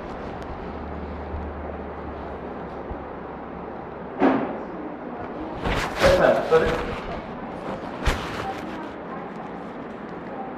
See, subsidy is a government initiative, like for a particular product. While discussing this, land, labor, and loan, something loan capital ಅಂತ ಹೇಳಿದ್ರಲ್ಲ, like ನಾವು reality sector lending ಅಂತಲ್ಲ, reality sector lender ಅಂತ ಹೇಳಿದ್ರೆ something related to agriculture. ಅದಕ್ಕೆ ಒಂದಿಷ್ಟು subsidy ಕೊಡ್ತೀವಿ. Like consider this is fertilizer manufacturing industry. Fertilizer urea manufacture ಮಾಡ್ತಾ ಇದ್ದಾರೆ ಅವರು. ಯೂರಿಯಾ ಮ್ಯಾನುಫ್ಯಾಕ್ಚರ್ ಮಾಡ್ತಾ ಅವರೊಂದಿಷ್ಟು ಗೌರ್ಮೆಂಟ್ ಸಬ್ಸಿಡಿ ಕೊಡ್ತಾರೆ ಬಿಕಾಸ್ ಅಗ್ರಿಕಲ್ಚರ್ಗೆ ಹೆಲ್ಪ್ ಆಗಲಿ ಅಂತ ಹೇಳಿ. ಆ subsidy not actually it's a market price. ಅದನ್ನು ನಾವು ಇದನ್ನ ಐ ಮೀನ್ ಫ್ಯಾಕ್ಟರ್ ಕಾಸ್ಟಿಂದ ನಾವು ಅದನ್ನು ಸಬ್ಸ್ಟ್ರಾಕ್ಟ್ ಮಾಡಿದಾಗ ಮಾತ್ರ ನಿಜವಾಗ್ಲೂ ಫ್ಯಾಕ್ಟರ್ ಕಾಸ್ಟ್ ಎಷ್ಟು ಅಂತ ಗೊತ್ತಾಗುತ್ತೆ. ಬಿಕಾಸ್ ಆಲ್ರೆಡಿ ಗೌರ್ಮೆಂಟ್ ಕೊಟ್ಟಿರುತ್ತೆ ಅದು subsidy. C factor cost means actually ಎಷ್ಟಾಯಿತು ಇದನ್ನು ಮಾಡಲಿಕ್ಕೆ ಅಂತ. ಸೊ ಆ ಸಬ್ಸಿಡಿ ಕೊಟ್ಟಿರೋದನ್ನು ತೆಗೆದ್ರೆ ಮಾತ್ರ ದ ರಿಯಲ್ ಪಿಕ್ಚರ್ ಸಿಗುತ್ತೆ ನಮಗೆ. ಹಾಗೆ ಗೌರ್ಮೆಂಟ್ ಕೊಡ್ತಾ ಇರೋದು it is not economic terms, that is the government schemes. So ಸಬ್ಸಿಡಿಗಳನ್ನೆಲ್ಲ ನಾವು ಔಟ್ಸೈಡ್ ತೆಗೆದ್ರೆ that is one kind of subsidy I told you. You know, government is giving agriculture subsidy. Like that, there is lot many subsidies in its factors of production. ಕೆಲವು ಕಡೆ land subsidy ಕೊಡುತ್ತೆ, like trade zone ಅಂತ ಮಾಡುತ್ತೆ, manufacturing zone ಅಂತ, manufacturing hub ಅಂತ. If you look at Mangalore, there is a manufacturing hub ಇದೆ, like HP ಮತ್ತೆ Indian oil ಅವರ ಆ ಏರಿಯಾ ಏನಿದೆ, ಇಟ್ಸ್ ಎ ಮ್ಯಾನುಫ್ಯಾಕ್ಚರಿಂಗ್ ಝೋನ್. ಅದನ್ನ ಒಂದು ಬ್ಯೂಟಿಫುಲ್ ಟರ್ಮ್ ಇದೆ ಅದಕ್ಕೆ. I just forgot that term. ನೆನಪಾಗ್ತಿದೆ ಯಾರಿಗೂ? ನಾಟ್ ಆ್ಯಕ್ಚುಲಿ ಮ್ಯಾನುಫ್ಯಾಕ್ಚರಿಂಗ್ ಝೋನ್, ಅದಕ್ಕೆ ಏನೋ ಒಂದು ಸ್ಟ್ಯಾಂಡರ್ಡ್ ವರ್ಡ್ ಇದೆ. ಓಕೆ, ಇವಾಗ ಹುಬ್ಳಿ ಧಾರವಾಡಲ್ಲೂ ಅದನ್ನು ಸೆಟಪ್ ಮಾಡಿದ್ದಾರೆ. ಅಲ್ಲಿ ಎಲೆಕ್ಟ್ರಿಸಿಟಿ ಕಮ್ಮಿ, ಎಲೆಕ್ಟ್ರಿಸಿಟಿ ಸಬ್ಸಿಡಿ ಆ ಏರಿಯಾದಲ್ಲಿರೋರಿಗೆ, ಮೀನ್ಸ್ ಅದು ಮ್ಯಾನುಫ್ಯಾಕ್ಚರಿಂಗ್ ಹಬ್ ಅಂತ ಹೇಳಿ. It's a kind of subsidy ಅಲ್ಲ. ಅದನ್ನೆಲ್ಲ ನಾವು ಔಟ್ಸೈಡ್ ತೆಗೆದ್ರೆ ದ ರಿಯಲ್ ಫ್ಯಾಕ್ಟರ್ ಕಾಸ್ಟ್ ಸಿಗುತ್ತೆ ನಮಗೆ. ಓಕೆ, ದಿಸ್ ಮಚ್ ಇಸ್ ಏನೋ ಲೈಕ್ ಯಾಕೆ ಸಬ್ಸಿಡಿ ಕೊಡ್ತಾರೆ ಅದೆಲ್ಲ ಸುಮ್ಮನೆ ಮಿಕ್ಸ್ ಮಾಡಬೇಡಿ ಅದ್ರ ಜೊತೆ. Just take this as A knowledge. ನಿಮ್ಮ ಕಾಪಿ ಮಾಡಿ same thing. Over.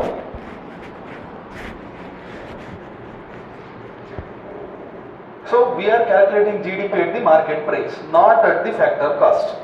This must be there in your mind while you entering into your examination hall. ಅಲ್ಲಿ ಕೇಳ್ತಾರೆ GDP is at the factor cost we are discussing or we are counting at the no. GDP at the market price means GDP at the buying and selling, right? GDP cost. See, GDP means quantity plus into price alva, Q and into P. This price is not the price of the factor cost of the 2011. This price is the price of the market price of the 2011-12. Right?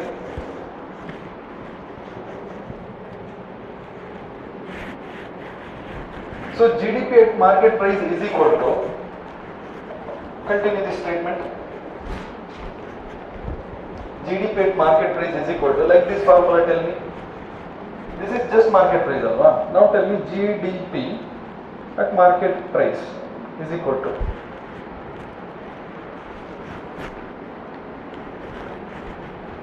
GDP at market price is equal to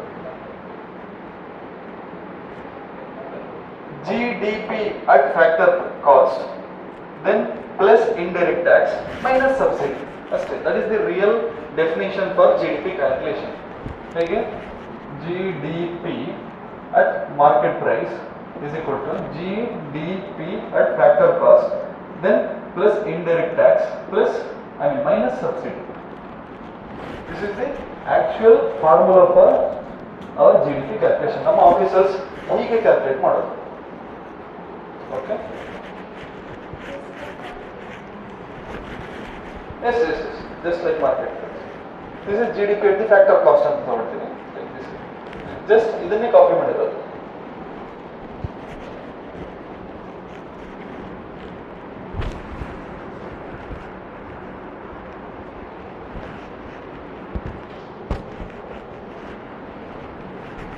This is GDP, okay. Now tell me how GNP, like this. What is GNP? Like no, formula. Plus net factor of income from abroad. GDP plus net factor of income from abroad. Okay. My question is, complete this statement. GNP at market price. Complete this. See, same thing. GNP is also calculated out of the market price. Fill in the blanks. Okay. No. Why? See, what is GNP? Like GNP formula is GDP plus net factor of income from abroad. So GNP at market price is equal to GDP at market price plus net factor of income from abroad. Yes or no? See, what is the statement of GNP, or what is the formula for GNP? GDP plus net factor of income from abroad. So same thing. GNP at market price is equal to GDP at market price, like this. GDP at market price plus net factor of income from abroad. Are you getting my point? Otherwise I will repeat it again. Very important. These are the basics. ಎಲ್ಲದಕ್ಕೂ connection ಇದೆ ಒಂದಕ್ಕೊಂದು. C in middle GDP at market price ಅಂತ ಇರುತ್ತಲ್ಲ, ಅದು enter ಈ formula. ನಿಮ್ಗೆ ಏನು ಕೊಡ್ತಾರೆ ಗೊತ್ತಾ? ನಿಮ್ಗೆ ಈ ಫಾರ್ಮುಲಾ ಇದನ್ನು ಕೊಡ್ತಾರೆ. ಅಲ್ಲಿ GDP at market price ಬದಲು ಇದನ್ನು ಕೊಡ್ತಾರೆ. Then plus net factor of income from abroad ಅಂತ ಹೇಳ್ತಾರೆ. ಸೊ ನಿಮಗೆ ಈ ಫಾರ್ಮುಲಾ ನೋಡಿದಾಗ ಇದರ ಬದಲು ಇದನ್ನು ಕೊಟ್ಟಿದ್ದಾರೆ ಅನ್ನೋದು ಸ್ಟ್ರೈಕ್ ಆಗಬೇಕು ತಲೆ. ಸೊ ಎಸ್ ಅಂತ ಹೇಳ್ಬೇಕು. Is this statement right or wrong ಅಂತ ಹೇಳ್ತಾರೆ. ಹೇಗೆ ಕನೆಕ್ಟ್ ಆಗಿದೆ ಅಂದ್ರೆ ಬರೀ ನೋಡ್ತಾರೆ. ಇದೆಲ್ಲ ಓಲ್ಡ್ UPSC ಕ್ವಶನ್ಸ್, ಈಗ ಕೇಳಲ್ಲ, ಬಟ್ KPSC ಕೇಳ್ಬೋದು. ಸಿಲ್ಲಿ ಕ್ವಶನ್ ಆದರೂ ತಪ್ಪು ಮಾಡ್ತಾರೆ. See what is the question? GNP at market price. ಅವರು ಸ್ಟೇಟ್ಮೆಂಟ್ ಕೊಡ್ತಾರೆ, ಇದು ಕರೆಕ್ಟಾ ತಪ್ಪಾಗಿ ಹೇಳ್ತಾರೆ. ಏನು?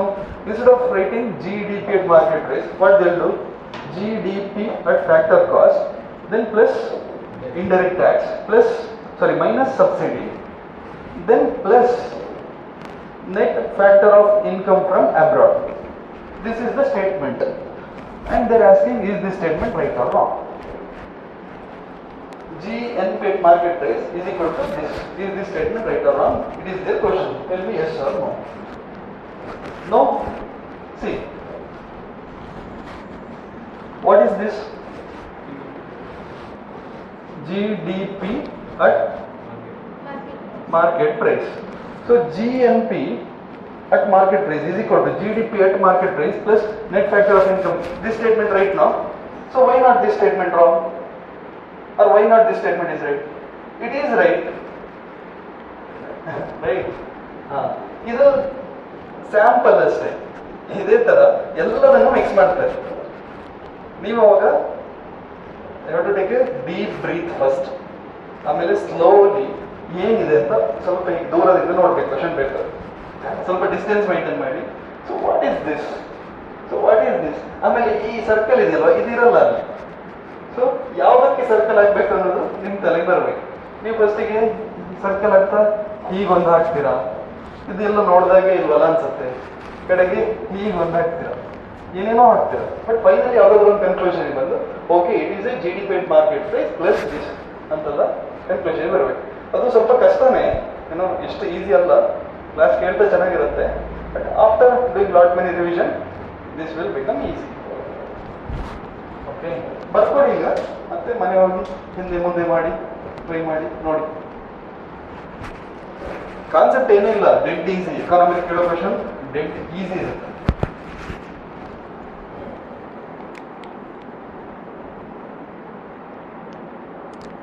ಸಮ್ಟೈಮ್ ಎಲ್ಲಿವರೆಗೆ ಅಂದರೆ ಸ್ಟೇಟ್ ಗೌರ್ಮೆಂಟ್ ಎಕ್ಸಾಮ್, ಇವನ್ PSI ಇರಲ್ಲ, ಇದು ಫುಲ್ ಫಾರ್ಮ್ ಕೊಡಲ್ಲ, IT ಅಷ್ಟೇ. ದಿಸ್ ಇಸ್ ಅಂಡರ್ಸ್ಟುಡ್ ಅಂತ, ಇಂಡೈರೆಕ್ಟ್ ಟ್ಯಾಕ್ಸ್ ಅಂತ. ಓಕೆ, ಕನ್ನಡದಲ್ಲಿ ಇರುತ್ತೆ ಸ್ಟೇಟ್ ಗೌರ್ಮೆಂಟ್ ಅಲ್ಲಿ.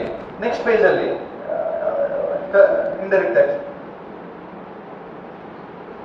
ಏನು ಹೇಳ್ತೀವಿ, ಏನೋ ಒಂದು ನಿಮಗೆ ಅರ್ಥ ಆಗತ್ತೆ. ಅವಾಗ ಅದನ್ನ ನೋಡಿದಾಗ ಇಟ್ ಈಸ್ ಇಂಡೈರೆಕ್ಟ್ ಟ್ಯಾಕ್ಸ್ ಅಂತ ಗೊತ್ತಾಗುತ್ತೆ. ತೆರಿಗೆ, ಉಲ್ಟಾ ತೆರಿಗೆ, ಏನು ಗೊತ್ತಾಗತ್ತೆ ಇಂಡೈರೆಕ್ಟ್ ಟ್ಯಾಕ್ಸ್ ಅಂತ. IT ಅದು ಫುಲ್ ಫಾರ್ಮ್ ಕೊಟ್ಟಿಲ್ಲ ಅಂದ್ರು, ಬಟ್ UPSC ಗೊತ್ತಾಗಲ್ಲ ಫುಲ್ ಫಾರ್ಮ್ ಕೊಟ್ಟಿಲ್ಲ ಅಂದ್ರೆ. ಹಿಂದಿ ಬಂದ್ರೆ ಗೊತ್ತಾಗುತ್ತೆ, ಹಿಂದಿಯಲ್ಲಿ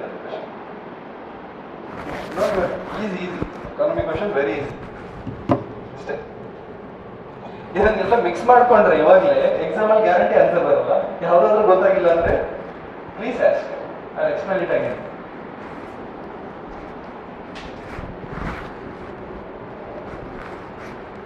ಏನು ನೋಡಿದ್ವಿ? GNP ಮಾರ್ಕೆಟ್ ಪ್ರೈಸ್ ನೋಡಿದ್ವಿ ಅಲ್ವಾ?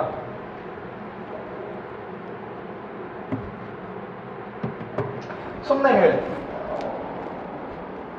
ಕೇಳ್ತೀನಿ ಹೇಳಿ. Like there are 100 quantity of the production ಬರ್ಕೊಳ್ಳಿ. ಸುಮ್ಮನೆ 100 quantity is equal to 100. Quantity is equal to 100. Okay. And factor cost 10 rupees. Indirect income, or sorry, indirect tax 2 rupees. Subsidy 4 rupees. I want the market price for this product, for this entire thing. Market price.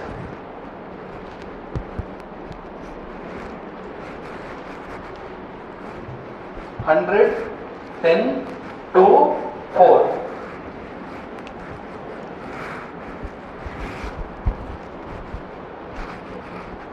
Huh?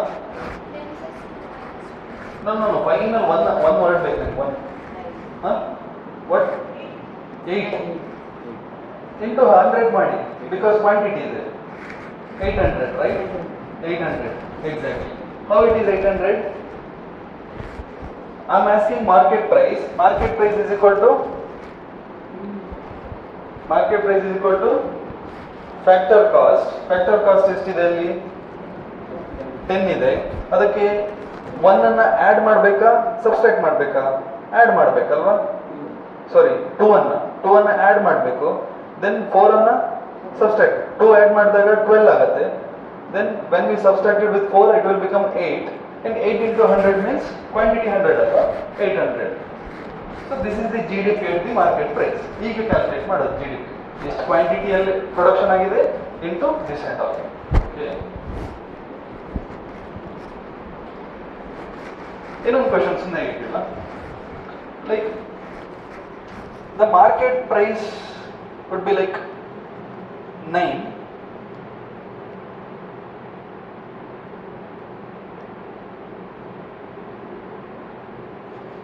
and subsidy 2,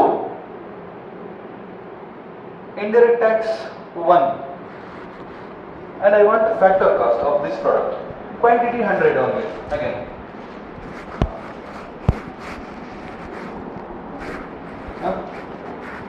Then how?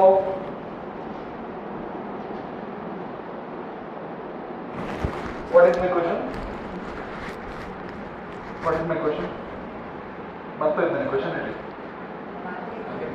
ಎಷ್ಟು? First ಒಂದೇನು? Market price ಎಷ್ಟು? 9, subsidy 2, tax 1. Factor cost ಕೇಳಿದ್ದೀನಲ್ವಾ? Factor cost is equal to market price minus indirect tax plus subsidy, right? So 9 minus 2, sorry, minus 1 plus 2 means 8 plus 2 is equal to 10. Alva? 10 into 100, 1000.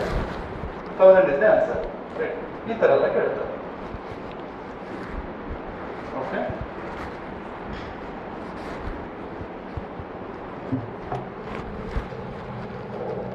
ಇದರಲ್ಲಿ UPSC ಎಲ್ಲ ಕೇಳಲ್ಲ, state government exam ಕೇಳ್ತಾರೆ.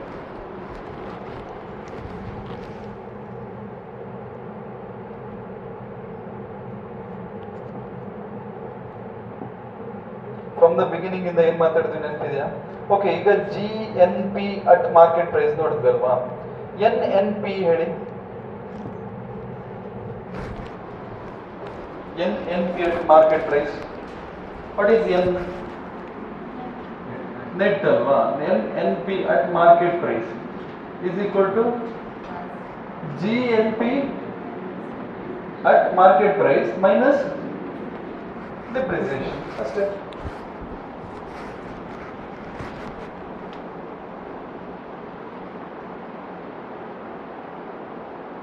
ಇದು ಗೊತ್ತಾಗಿಲ್ಲ ಅಂದ್ರೆ beginning ಇಂದ burden ಆಗ್ತಾ ಹೋಗುತ್ತೆ. ಓಕೆ, ಬಯಟೆಲ್ಲ ಮಾಡಿ ಹೋಗ್ಬೇಡಿ ಎಕ್ಸಾಮಿಗೆ ಹೋಗ್ತಾ, ಏನು ಗೊತ್ತಾಗಲ್ಲ.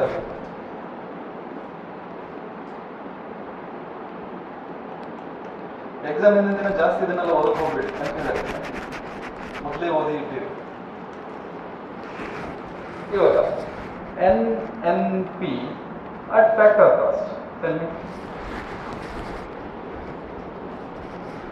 GNP at factor cost ಅನ್ನೇ ಹಾಕಿ ಅವಾಗ NNP ಬರುತ್ತೆ. NNP ಹೇಗೆ ಫ್ಯಾಕ್ಟರ್ ಕಾಸ್ಟ್ ಫ್ಯಾಕ್ಟರ್ ಕಾಸ್ಟ್ ಅನ್ನ ಹೇಗೆ ಕ್ಯಾಲ್ಕುಲೇಟ್ ಮಾಡ್ತೀವಿ? Market cost plus minus indirect tax plus subsidy. ಅದೇ ತರ NNP market price first, right? ಅದ್ರಲ್ಲಿ ಸಿಕ್ಕಿದೆ ನಮಗೆ. ದೆನ್ ಇದಕ್ಕೆ ಮೈನಸ್ ಆರ್ ಪ್ಲಸ್?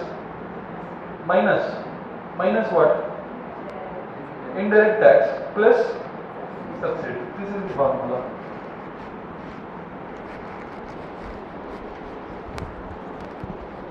ರೈಟ್? ಎಷ್ಟು ಓದ್ಕೊಂಡು ಹೋಗಿರ್ತೀರಿ ಎಕ್ಸಾಮ್ ಅಲ್ಲಿ, ಇದು ಪ್ಲಸ್ ಸಬ್ಸಿಡಿನ ಮೈನಸ್ ಇಂಡೈರೆಕ್ಟ್ ಟ್ಯಾಕ್ಸ್ ಅಥವಾ ಪ್ಲಸ್ ಇಂಡೈರೆಕ್ಟ್ ಟ್ಯಾಕ್ಸ್ ಮೈನಸ್ ಸಬ್ಸಿಡಿನ ಗೊತ್ತಾಗಲ್ಲ, ಉಳಿದಿದ್ದೆಲ್ಲ ಗೊತ್ತಾಗುತ್ತೆ. ಓಕೆ, ಅದು ಗೊತ್ತಾಗ್ಬೇಕಂದ್ರೆ ಬೇಸ್ ಸ್ಟ್ರಾಂಗ್ ಇರ್ಬೇಕು. ಯಾವಾಗ ಫಸ್ಟಿಗೆ ಹೇಳಿದೆ ಅಲ್ವಾ, Y it is subsidy, Y it is tax, ಅದು ಗೊತ್ತಿಲ್ಲ from the beginning. So we calculate our national income through factor cost. We calculate our GDP through market price. You know what is national income? What is national income? You know, this itself is a national income. This national income definition ending ಒಂದೇ ಬರ್ತಿಲ್ಲ ಅಷ್ಟೇ. ಯಾರಾದರೂ what is national income ಕೇಳಿದ್ರೆ ಈ definition ಹೇಳಿ. What is national income? Net national product at factor cost itself is a national income, or you can say net national product at market cost minus indirect tax plus subsidy is the national income. Okay, so we calculate national income through factor cost. We calculate GDP through market price. This is what.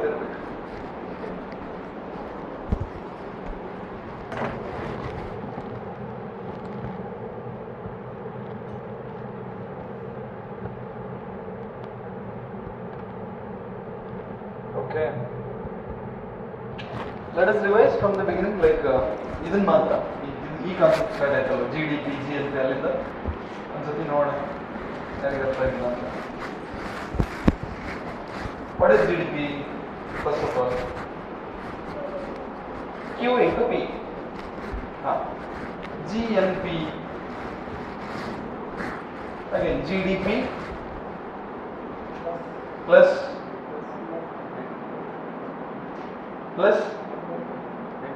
net factor of income from abroad, NFIA.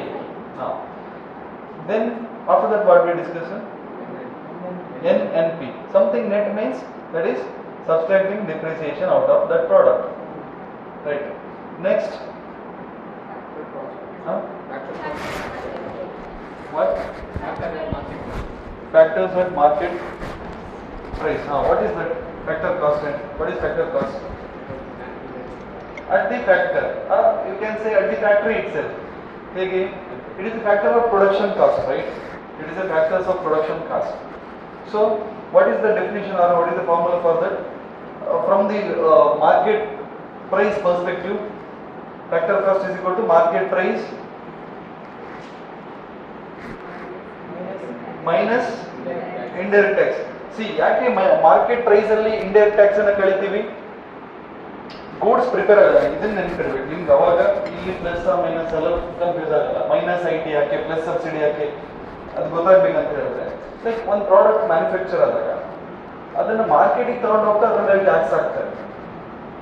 ಈ production level ಅಲ್ಲೇ tax ಹಾಕಿದ್ದು ಇಲ್ಲಿ ಬರಲ್ಲ, market ತಗೊಂಡು ಹೋಗ್ತಾರೆ. So manufacture I mean market price ಅಲ್ಲಿ ಈ tax government ಏನು ಹಾಕಿದೆ ಅಲ್ವಾ, ಅದನ್ನು ನಾವು ಏನು ಮಾಡಬೇಕು, ತೆಗಿಬೇಕು. ಅವಾಗ ಮಾತ್ರ ಫ್ಯಾಕ್ಟರ್ ಕಾಸ್ಟ್ ಸಿಗೋದು. ಅದಕ್ಕೆ minus indirect tax.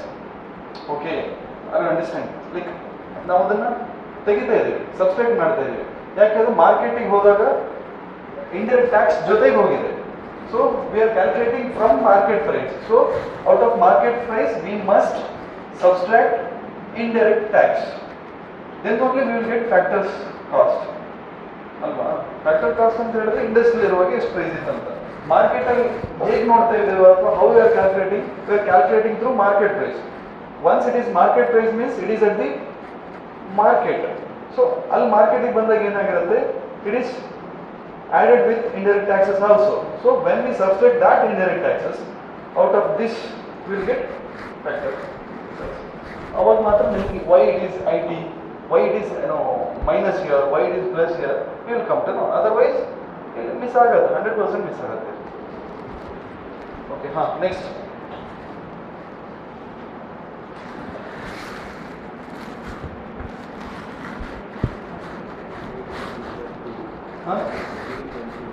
GDP. What is that? Formula ಮಾತ್ರ ಹೇಳಿ.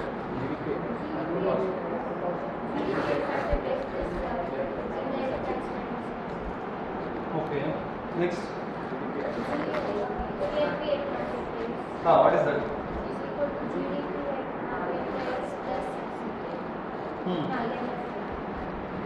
Next.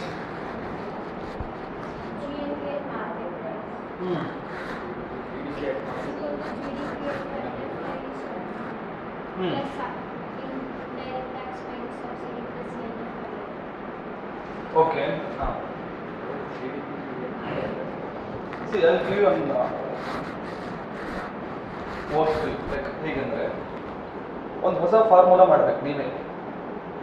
ನಾನು ಮಾಡಿರೋ ಫಾರ್ಮುಲಾ ಬಿಟ್ಟು ಯಾವುದಾದ್ರೂ ಒಂದಕ್ಕೆ, ಲೈಕ್ ಯಾವುದಾದ್ರೂ ಒಂದು ಡೆಫಿನಿಷನ್ಗೆ ನೀವು ಫಾರ್ಮುಲಾ ಮಾಡಿ. ಯಾವ ಥರ ಫಾರ್ಮುಲಾ ಮಾಡೋದು? ಈ ಥರ. ಇದನ್ನು ನಾನು ಏನು ಮಾಡೋದು, GDP ಫ್ಯಾಕ್ಟರ್ ಕಾಸ್ಟನ್ನು ಬರೀಬೋದು. ಒಂದು ಹೊಸ ಫಾರ್ಮುಲಾ ಮಾಡಿದೆ ಅಲ್ವಾ, ಲೈಕ್ ದಿಸ್. ಇದು ಒಂದು ಫಾರ್ಮುಲಾ ನೀವೇ ಮಾಡಿ ನೋಡೋಣ. ಎಲ್ಲರೂ ಒಂದು ಫೇಕ್ ಫಾರ್ಮುಲಾ ಮಾಡಿ, ಬಟ್ ಅದು ಸರಿಯಾಗಿರ್ಬೇಕು, ತಪ್ಪಾಗಬಾರ್ದು. ನಿಮ್ಗೆ ಎಲ್ಲದೂ ಡೆಫಿನೇಷನ್ ನಾನು ಫಾರ್ಮುಲಾದಲ್ಲೇ ಕೊಟ್ಟಿದ್ದೀನಿ. ಬುಕ್ಕಲ್ಲಿ ಈ ಥರ ಇರೋಲ್ಲ. ಬುಕ್ಕಲ್ಲಿ ಏನಿರುತ್ತೆ, that this yes because is then ಅಂತೆಲ್ಲ ಡೆಫಿನೇಷನ್ ಇರುತ್ತೆ. ಅದು ಯಾವುದೇ ಇಂಗ್ಲೀಷ್ ಬರ್ಸದೆ ಜಸ್ಟ್ ಮ್ಯಾಥ್ಸ್ ಥರ ಫಾರ್ಮುಲಾ ಕೊಟ್ಟಿದ್ದೀನಿ. ನನಗೆ ಒಂದು ಹೊಸ ಫಾರ್ಮುಲಾ ಬೇಕು, ಯಾವುದಾದ್ರೂ ಡೆಫಿನೇಷನ್ ಇದೆ. ಮೇ ಬಿ GDPಗೆ ಆಗ್ಬೋದು ಅಥವಾ GNPಗೆ ಆಗ್ಬೋದು. ನನಗೆ ಒಂದು ಹೊಸ ಫಾರ್ಮುಲಾ ಬೇಕು. ಒಂದು ಫಾರ್ಮುಲಾ ಮಾಡಿ ಪ್ರಿಪೇರ್ ಮಾಡಿ ನೋಡೋಣ. ಬಟ್ ಆ ಫಾರ್ಮುಲಾ ಕರೆಕ್ಟ್ ಇರಬೇಕು. ಹೇಗೆ ಅಂತ ನೀವು ಎಕ್ಸ್ಪ್ಲೇನ್ ಮಾಡಬೇಕು ನನಗೆ. It's like test series. ನಿಮಗೆ ಟೆಸ್ಟ್ ಸೀರೀಸಲ್ಲಿ ನೀವು ಹೊಸ ಫಾರ್ಮುಲಾ ಅವ್ರು ಮಾಡಿರ್ತಾರೆ, ಅದನ್ನು ಸರಿ ತಪ್ಪ ಅಂತ ನೀವು ಹೇಳಬೇಕು. ಅದೇ ಥರ ನೀವೇ ಪ್ರಿಪೇರ್ ಮಾಡಿ ಅಂತ ಹೇಳ್ತಾರೆ. Like UPSC mind set. ಅವ್ರು ಕ್ವಶನ್ ಪ್ರಿಪೇರ್ ಮಾಡ್ತಾ ಮಾಡೋ ಫಾರ್ಮುಲಾನ ನೀವು ಈಗಲೇ ಮಾಡಿ.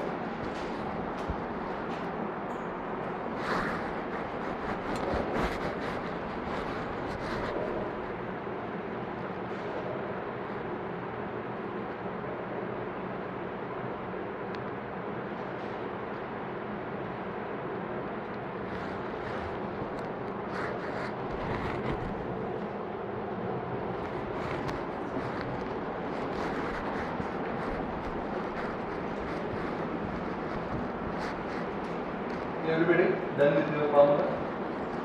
Tell me. NNP at market price. Wait.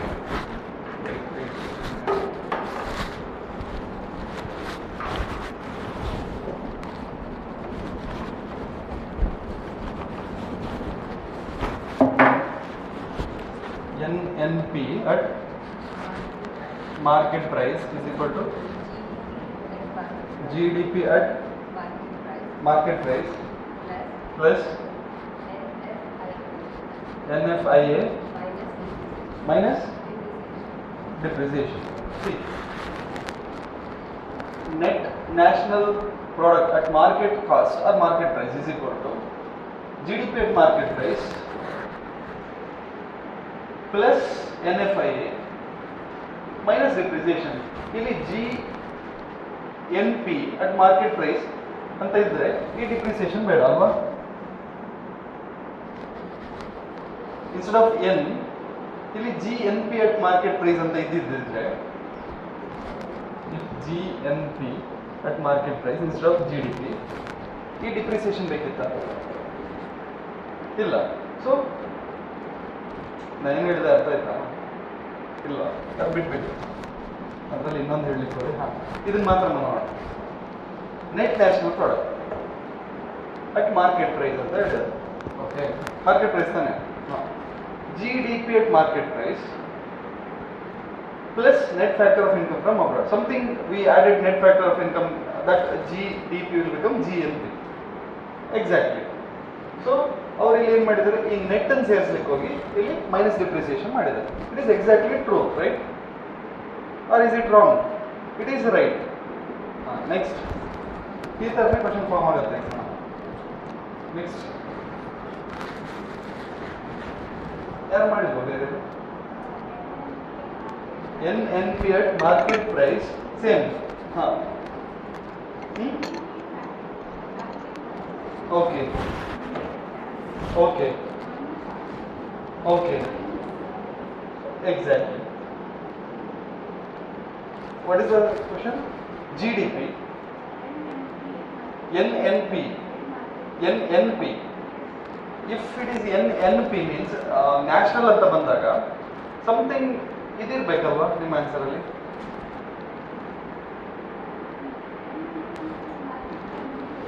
wait NNP at market price is equal to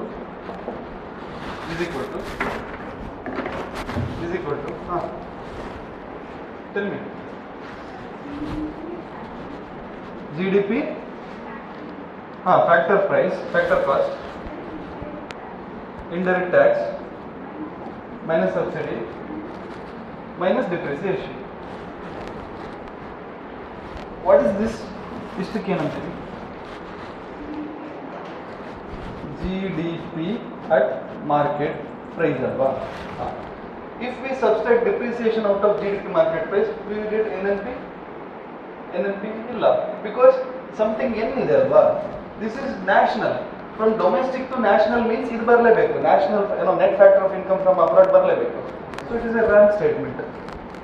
Because see, then look at this. ಇಲ್ಲಿ GDP ಇದೆ, GDP minus depreciation ಅಂತ ಮಾಡಿದ್ದೇವೆ ನೀವು ಅಲ್ವಾ? ಯಾವುದಕ್ಕೆ? NNP. ಈ ಮಾರ್ಕೆಟ್ ಫ್ಯಾಕ್ಟರ್ ಇದನ್ನು ಬಿಟ್ಟೇ ಬಿಡಿ. ಈ NNP ಅಂತ ಹೇಳಿದಾರಲ್ವಾ, NNP ಡೈರೆಕ್ಟ್ GDP ಹೇಳೋಕ್ಕಾಗಲ್ಲ. ನಾವು ಅದರಲ್ಲಿ ನೆಟ್ ನ್ಯಾಷನಲ್ ಇನ್ಕಮ್ ಎಷ್ಟಿದೆ ನೋಡಲೇಬೇಕು. Net factor of income from abroad ಎಷ್ಟಿದೆ ನೋಡಲೇಬೇಕು. ಸೊ ಇಫ್ ನೀವು ಇದನ್ನೆಲ್ಲ ಇನ್ಕ್ಲೂಡ್ ಮಾಡಿದ್ರೆ ಈ ಸ್ಟೇಟ್ಮೆಂಟ್ ಸರಿ ಇರುತ್ತೆ. ಓಕೆ, ಹಾಂ, ನೆಕ್ಸ್ಟ್. ಹಾಂ, ಡಿಪ್ರಿಸಿಯೇಷನ್ ಬದಲು ನೀವು ಫುಲ್ಲೇ ಹೇಳಿ. ಇದರಲ್ಲೂ ಸರಿ ಮಾಡೋದು ಬೇಡ, ಫುಲ್ಲೇ ಸರಿ ಮಾಡಿ ಹೇಳಿ. ನೀವು ಮಾಡಿರೋದು ಹಾಂ, NNP at market price is equal to GDP at factor cost plus indirect tax minus subsidy. Is this right statement? So what is this? What is this? ಇದಿಷ್ಟೇನು?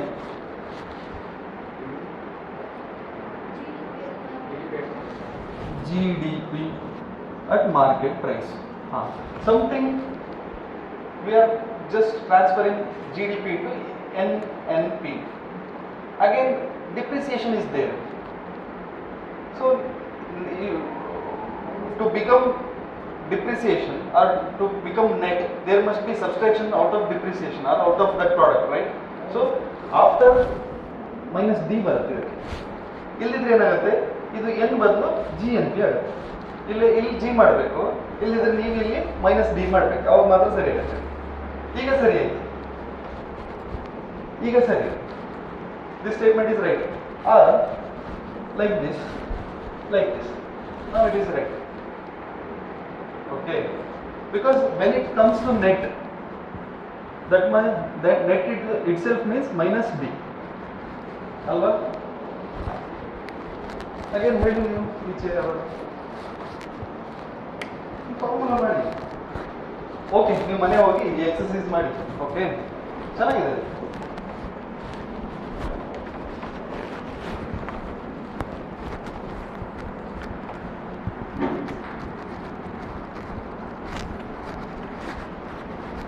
ಒಂದಿಷ್ಟು ಬೇಸಿಕ್ ಫ್ಯಾಕ್ಟರ್ನ ನೆನಪಿಟ್ಕೊಳ್ಳಿ. Like when the product is entering market, it enter with indirect taxes. Okay, and subsidy is given during the factors of production only. That is the another point.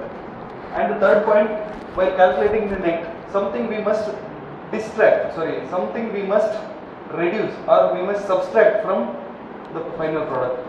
A depreciation ನಾವು subtract ಮಾಡಬೇಕು, ಅದೊಂದು. ಇದೆಲ್ಲ ಒಂದಿಷ್ಟು common sense build ಆಗಲಿ, ಅವಾಗ ನಿಮ್ಗೆ ಸರಿ answer ಬರುತ್ತೆ. ಅಥವಾ GNP ಇಂದ GDP ಇಂದ GNP ಮಾಡ್ತಾ ನಾವು net factor of income from abroad ತಗೋಬೇಕು. Because we are talking about national, something national means ಅಲ್ಲಿ net factor of income from abroad ಬರುತ್ತೆ. ಓಕೆ, ಆ ಥರ. Okay,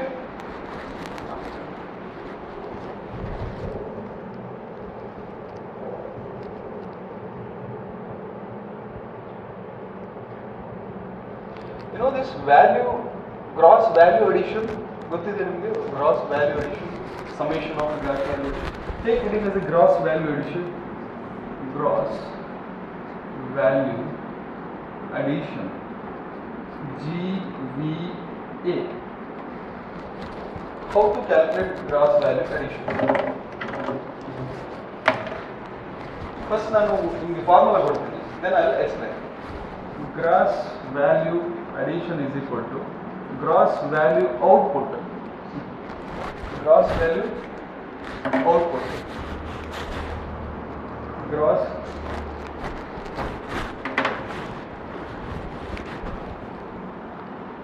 value output. Gross value addition is equal to gross value output. From this output we must subtract from intermediate consumption. Intermediate consumption.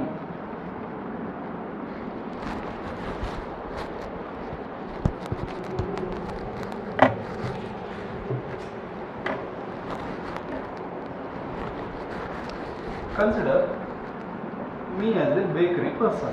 ನಾನು bakery cake ಮಾಡಿ sale ಮಾಡ್ತೀನಿ, ಇದು ನನ್ನ ಕೆಲಸ.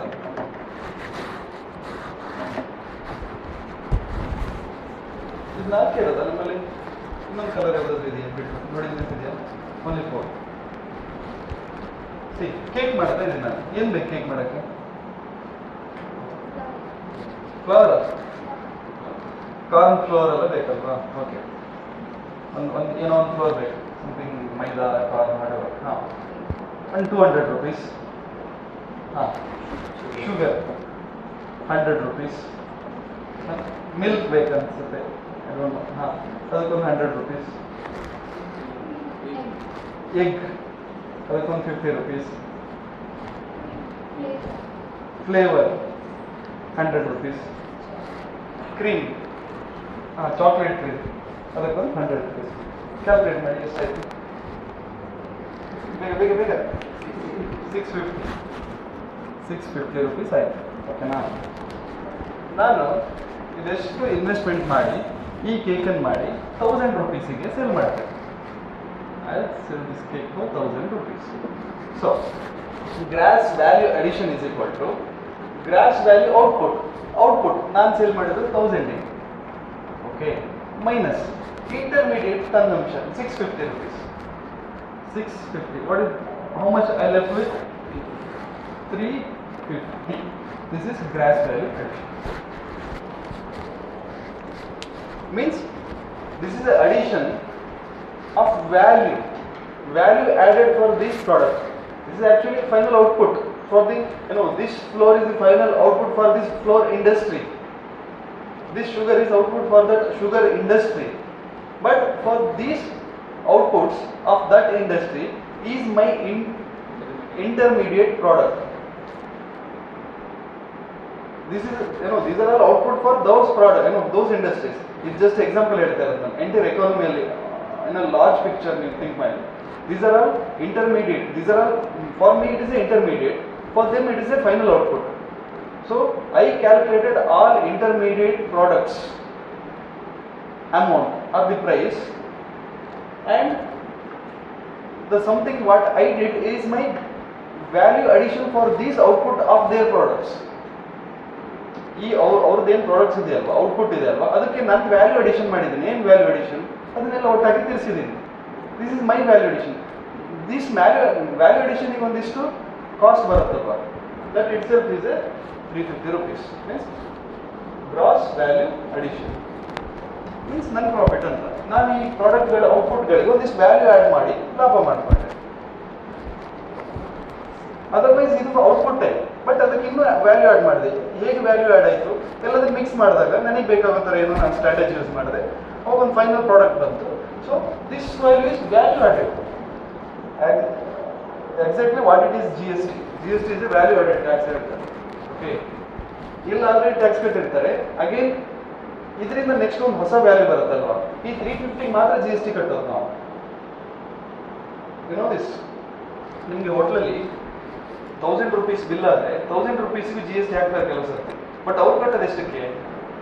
ಅದರಲ್ಲಿ ಅವರು ಈ ಇಂಟರ್ಮೀಡಿಯೇಟ್ ಏನು ಪರ್ಚೇಸ್ ಮಾಡಿರ್ತಾರಲ್ವ, ರೈಸ್ ಅದು ಇದು ಎಲ್ಲ, ಅದನ್ನೆಲ್ಲ ಸಬ್ಸ್ಕ್ರೈಬ್ ಮಾಡ್ತಾರೆ. Because GST is A value added tax, not for the tax for entire product. ನಮ್ಮ ಹತ್ರ ಎಂಟೈರ್ ಪ್ರಾಡಕ್ಟ್ ಕೆಲವು ಕಡೆ ತಗೊಳ್ತಾರೆ, ಬಟ್ ಅವ್ರು ಕಟ್ಟಲಿಕ್ಕೆ ಇರೋದು just value addition. So GST is value added. ಅದನ್ನು ಬಿಟ್ಬಿಡಿ. ಈ ವ್ಯಾಲ್ಯೂ ಅಡಿಷನ್ ಅಂತ ಹೇಳಿದ್ರೆ ಅಥವಾ ಗ್ರಾಸ್ ವ್ಯಾಲ್ಯೂ ಅಡಿಷನ್ ಅಂತ ಹೇಳಿದ್ರೆ ದಿಸ್ ಒನ್ 350 rupees ಇದೆಯಲ್ಲ, this gross value addition means gross value addition is equal to gross value output. In that what we have to subtract? Intermediate consumption. ನಾವು ಎಷ್ಟು mix ಮಾಡ್ತೀವಿ. Okay, so while calculating GDP, what we'll do? We will sum everything. Gross value addition. Summation of all gross value addition itself is GDP. This is another formula. ನಿಮ್ಗೆ ಏನು ಮಾಡ್ತಾರೆ ಅಂತ, ಎಲ್ಲಿ GDP use ಮಾಡಬೇಕು ಅಲ್ಲಿ ಇದನ್ನು ಕೊಡ್ತಾರೆ ಫಾರ್ಮುಲಾದ. ಎಲ್ಲಿ GDP ಒಂದು ಇದನ್ನು ಯೂಸ್ ಮಾಡಿ ಒಂದು ಫಾರ್ಮುಲಾ ಕ್ರಿಯೇಟ್ ಮಾಡಿ. What is this summation? Summation means GVA 1 plus GVA 2 plus like ಎಲ್ಲದನ್ನು ಸಮ್ ಮಾಡಿದ್ರೆ ಫೈನಲ್ ಔಟ್ಪುಟ್ ಬರುತ್ತಲ್ಲ, ಅದನ್ನು ನಾವು ಸಮೇಷನ್ ಅಂತ ಹೇಳ್ತೀವಿ. Summation means 1 plus 2 plus 3 dot dot dot ಎಷ್ಟಿದೆ ಅಷ್ಟು, ಅದಷ್ಟು ಸೇರಿಸಿದಾಗ ಎಂಟರ್ ಕಂಟ್ರೀಸ್ GDP ಬರುತ್ತೆ. ಸೊ ಈ GDPಯನ್ನು ಸಮೇಷನ್ ಆಫ್ GVAನ GDP ಅಂತ ಹೇಳ್ತೀವಿ. And instead of using GDP in your flow, they will use summation of GVA. That itself is GDP ಅಂತ ನಿಮಗೆ ಗೊತ್ತಿರಬೇಕು. ಯಾವಾಗ ಆನ್ಸರ್ ಬರೀ ಇದನ್ನು ಯೂಸ್ ಮಾಡಿ ಒಂದು ಫಾರ್ಮುಲಾ ಮಾಡಿ, ಇನ್ಸ್ಟೆಡ್ ಆಫ್ GDP ಇದನ್ನು ಯೂಸ್ ಮಾಡಿ. ಅಷ್ಟೇ, ಮತ್ತೇನೆ ಸುಮ್ಮನೆ ಸರ್ ಲೈಟ್ ಆಗಿ ನೋಡಿ, ನಿಮಗೆ ಅರ್ಥ ಆಗಿದೆ ಅಷ್ಟೇ.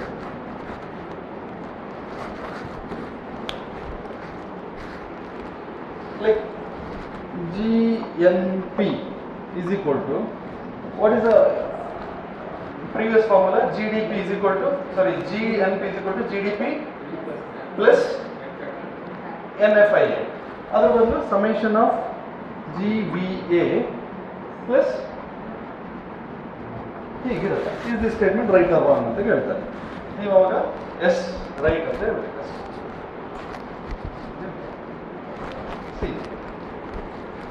ಇದೊಂಥರ ಮ್ಯಾಥ್ಸ್ ಅಷ್ಟೇ.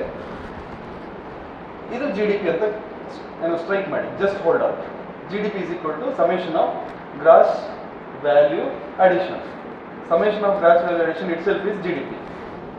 ಓಕೆನಾ? ಸೊ ನೀವು GDP ಎಲ್ಲೆಲ್ಲ ಯೂಸ್ ಮಾಡಬೇಕು, ಅಲ್ಲೆಲ್ಲ GDP ಬದಲು ಇದನ್ನು ಯೂಸ್ ಮಾಡ್ಬೋದು. Like consider this as X ಅಂತ ಹೈಸ್ಕೂಲಲ್ಲಿ ಬರ್ತಿದ್ದಲ್ಲ ಮ್ಯಾಥ್ಸ್ ಆಗಿ. ಮೀನ್ಸ್ ಎಲ್ಲೆಲ್ಲ ಈ ವ್ಯಾಲ್ಯೂ ಇದೆ ಅಲ್ಲೆಲ್ಲ ನಾವು ಎಕ್ಸ್ ಅನ್ನು ಯೂಸ್ ಮಾಡ್ಬೋದು. This as x equal into x ಅಂತ. ಇದು ಮ್ಯಾಥ್ಸ್. GDP ಅಂತ ಎಲ್ಲಿ ಬರುತ್ತೆ? There you use summation of GDP in that places. ಏನಿಲ್ಲ, easy.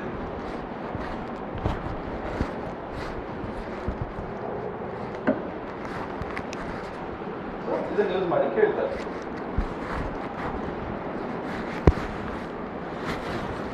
So it looks like difficult.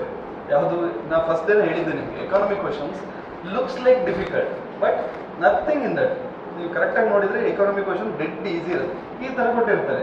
ಇದನ್ನು ನೀವು ಯಾರಾದರೂ ಒಬ್ಬರು ಅಕಾಡೆಮಿಕ್ಸಲ್ಲಿ ಎಕಾನಮಿಕ್ಸ್ ಇರೋರು ಅವ್ರು ನೋಡಿದಾಗ ಅವ್ರಿಗೆ ಏನೂ ಅರ್ಥ ಆಗಲ್ಲ ಪಾಪ. ಬಿಕಾಸ್ ಅವ್ರಿಗೆ ಇದೊಂದು ಕಾನ್ಸೆಪ್ಟ್ ಇರಲ್ಲ ಅವ್ರದ್ರಲ್ಲೆಲ್ಲ. GDP ಇರುತ್ತೆ, but this is equal to GDP ಅಂತ ಗೊತ್ತಾದರೆ what is there in this?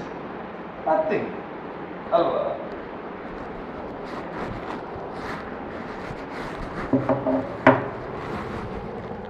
Okay. And history also ಗೊತ್ತಿಲ್ಲ, like base year ಮೊದಲು 2004-5 ಇತ್ತು, after 2015 that will become 2011 and 12 the base year for the calculation of the GDP. Okay. Like CSO started, Central Statistical Organization, that is under Ministry of Statistics and Program Implementation. This is the ministry in the central government. 2014, in 2015 they just shifted the base year from 2004-5 to 11-12. Why they shifted? Because that is old, I think. 11-12 4-5 ಬೇಡ. CSO shift ಮಾಡಿದ್ರು, ಅದೆಲ್ಲ ಗೊತ್ತಿಲ್ಲ. Central Statistical Organization.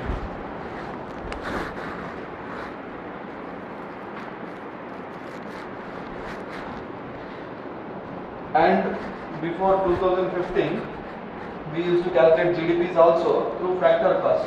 Now it's market price. Okay.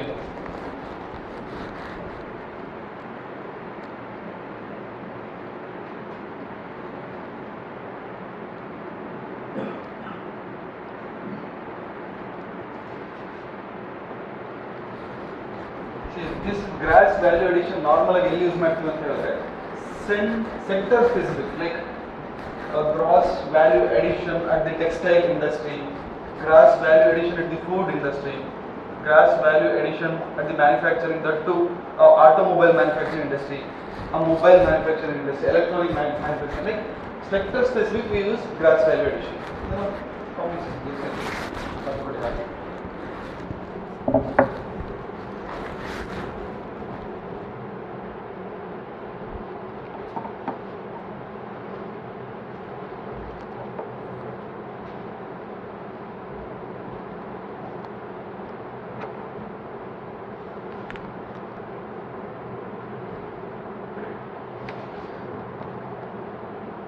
Complete this statement. Gross value addition at basic price is equal to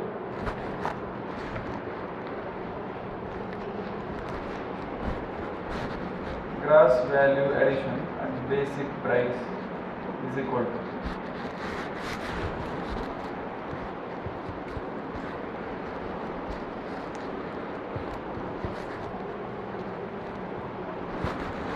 basic price means something price which is basic, means not a market price, not at all factor cost.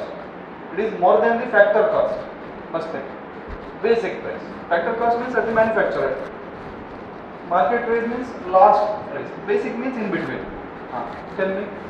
First now ಏನು calculate ಮಾಡಬೇಕು ಇದಕ್ಕೆ? First now gross value addition at factor cost. Right. Right. So after that, once it is factor cost, while it enter outside the factory or enter outside its manufacturing setup, the indirect tax will fall on that product, right? So production tax, or you can say tax, or production tax, or product tax, whatever, and minus subsidy. When subsidy production subsidy, production tax and production subsidy. This is the production and production. This is very important. Production tax and production subsidy.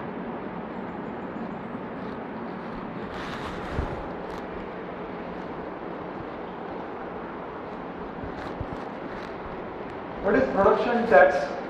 Here it is not product tax, production tax.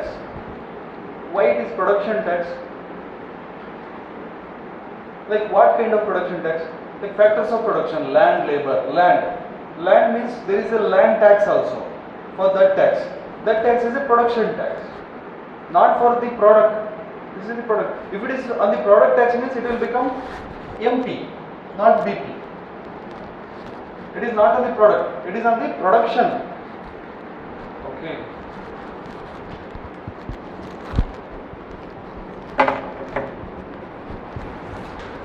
Here also, it is on the production subsidy also, not on the product. If it is on the product means it will automatically become MP. instead of BP. Market price. Okay.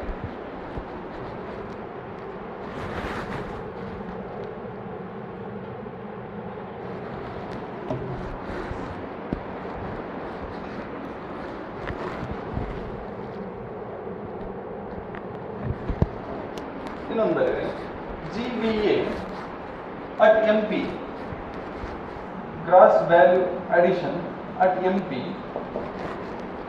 ಇದನ್ನ ನೀವು ಇದನ್ನು use ಮಾಡಿ ಹೇಳ್ಬೇಕು ನನಗೆ.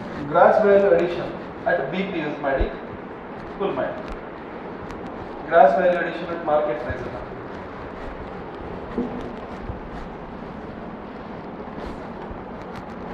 ಇಷ್ಟ ಅರ್ಥ ಆಗಿದೆ ಅಲ್ವಾ ನಿಮಗೆ? ಇದು ಅರ್ಥ ಆಗಿದೆ ಅಲ್ವಾ? ಇದು ನೀವು very good.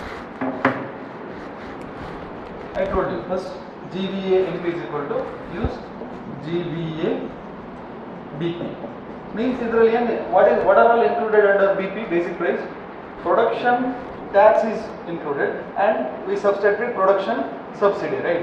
So here product tax and product subsidy is did not touch as of now. So here we must add indirect product or product tax and we must subtract product subsidy. Right? Product tax minus product subsidy. If that instead of production becomes, that will become basic price. Product means that is market price. After I will explain. First perfect.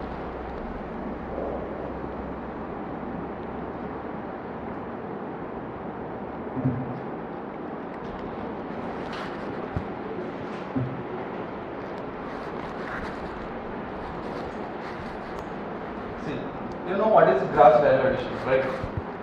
Gross value addition, the cake story, everything. You know this. So, something basic price means what? This is the price between the factor cost and the market price. In between. Okay. So, gross value addition at basic price. Gross value, it is more than the factor cost. Something basic price means it is more than the factor cost only. So, for the gross value addition factor cost, we must add product, not product. If we add product means that will become directly market price ಆಗುತ್ತೆ. Now we production tax add ಮಾಡಬೇಕು. What is production tax? What is the difference between product tax and production tax? Production tax means the factors of production like land tax. If it is a land tax, that will become production tax. Product tax means the tax on the product which we manufactured over that land. Like now mobile manufacture ಮಾಡ್ತಾ ಇದ್ದೀವಿ, ಆ mobile ಮೇಲೆ tax ಹಾಕೋದು that is product tax. Mobile ಎಲ್ಲಿ setup ಮಾಡಿದ್ವಿ industry, ಆ ಜಾಗದ ಮೇಲೆ ಟ್ಯಾಕ್ಸ್ ಹಾಕೋದು production tax. So if that tax is included that will become basic price and subsidy for the production, ಅಲ್ಲಿ ಲ್ಯಾಂಡಿಗೆ ಏನೋ ಸಬ್ಸಿಡಿ ಕೊಟ್ಟಿದ್ದೀವಿ, that will become basic price. ಅದನ್ನು ನಾನು ಸಬ್ಸ್ಟ್ರಾಕ್ಟ್ ಮಾಡಿದ್ವಿ. ಲೈಕ್ ನಾವು ಮಾರ್ಕೆಟ್ ಪ್ರೈಸನ್ನು ನೋಡಬೇಕು, ಹೇಗೆ ಗ್ರಾಸ್ ವ್ಯಾಲ್ಯೂ ಅಡಿಷನ್ ಎಲ್ಲ ಅಂತ ಹೇಳಿದ್ರೆ this factor price basic price ಅಲ್ಲಿ ನಾವು ಪ್ರಾಡಕ್ಟ್ ಟ್ಯಾಕ್ಸ್ ಮತ್ತೆ ಪ್ರಾಡಕ್ಟ್ ಸಬ್ಸಿಡಿನ ಟಚ್ ಮಾಡಿಲ್ಲ. So let us include that also, product tax minus product subsidy, then you will get market price. Okay, ಇದನ್ನು ಮಿಕ್ಸ್ ಮಾಡಿ ಕೇಳ್ತಾರೆ ಅದಕ್ಕೆ. ಓಕೆ, ಫುಲ್ ಮಿಕ್ಸ್ ಆಗುತ್ತೆ. ಇದು UPSC ಬರುತ್ತೆ ಸ್ಟ್ಯಾಂಡರ್ಡ್.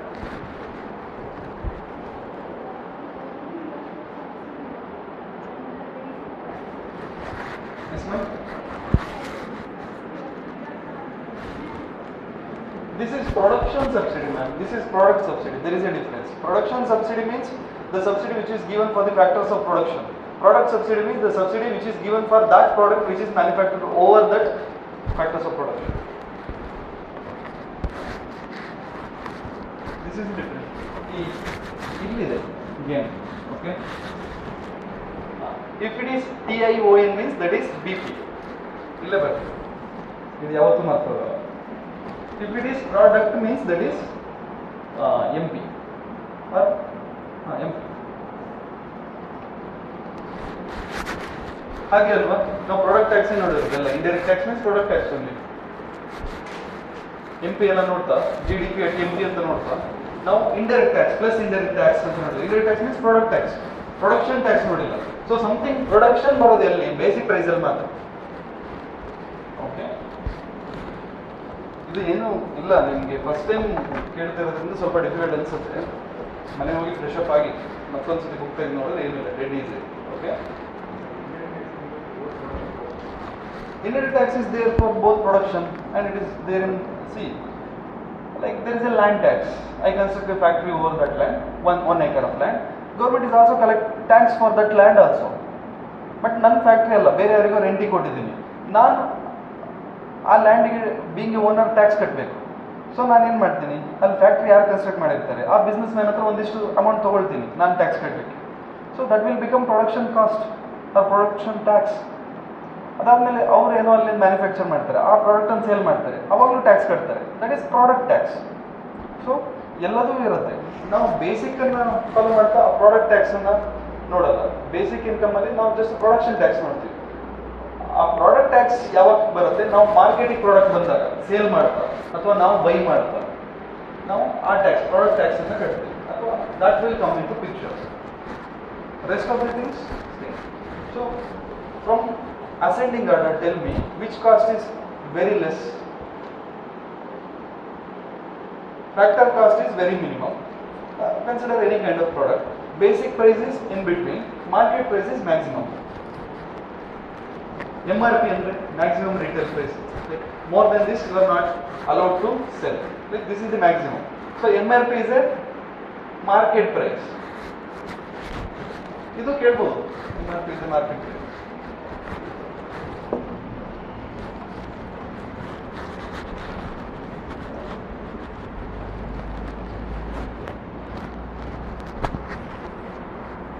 ಓಕೆ, ಇದು ಬುಕ್ಕಲ್ಲೆಲ್ಲ ಓದಿದ್ರೆ ಹೇಗಿದೆ ಅಂತ ಹೇಳಿದ್ರೆ, ಲೈಕ್ ಅಕಾಡೆಮಿಕ್ಸಲ್ಲೂ ಟೀಚ್ ಮಾಡ್ತಾ ಇಲ್ಲ, ಕ್ರಾಸ್ ವ್ಯಾಲ್ಯೂ ಎಡಿಷನ್ ಅಂತ ಒಂದು ತಗೊಂಡು ಅದೇ ಒಂದು ಕ್ಲಾಸ್ ಆಗುತ್ತೆ 45 minutes. ಅದರದ್ದು ಡೆಫಿನೇಷನ್ ಅದು ಇದೆಲ್ಲ ಬರೆಸ್ತಾರೆ. But here we don't need the definition and all. This formula is more than enough. And definition ಕೊಟ್ಟರೆ ಇನ್ನೂ ಕನ್ಫ್ಯೂಷನ್ ಜಾಸ್ತಿ ನಿಮಗೆ.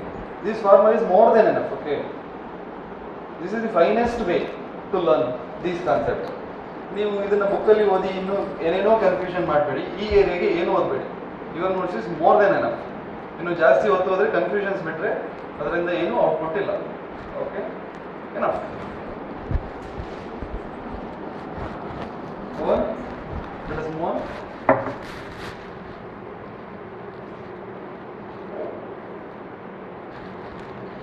Indian government is talking about reaching $5 trillion economy, and what is the steps we took in that note?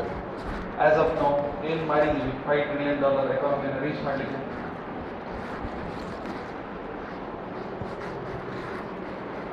We extended our policy, foreign policy, that too in trade, export-led growth instead of consumption. That is the one thing. Next, ಬೇರೆ ಏನು ಮಾಡಿದ್ದೀವಿ?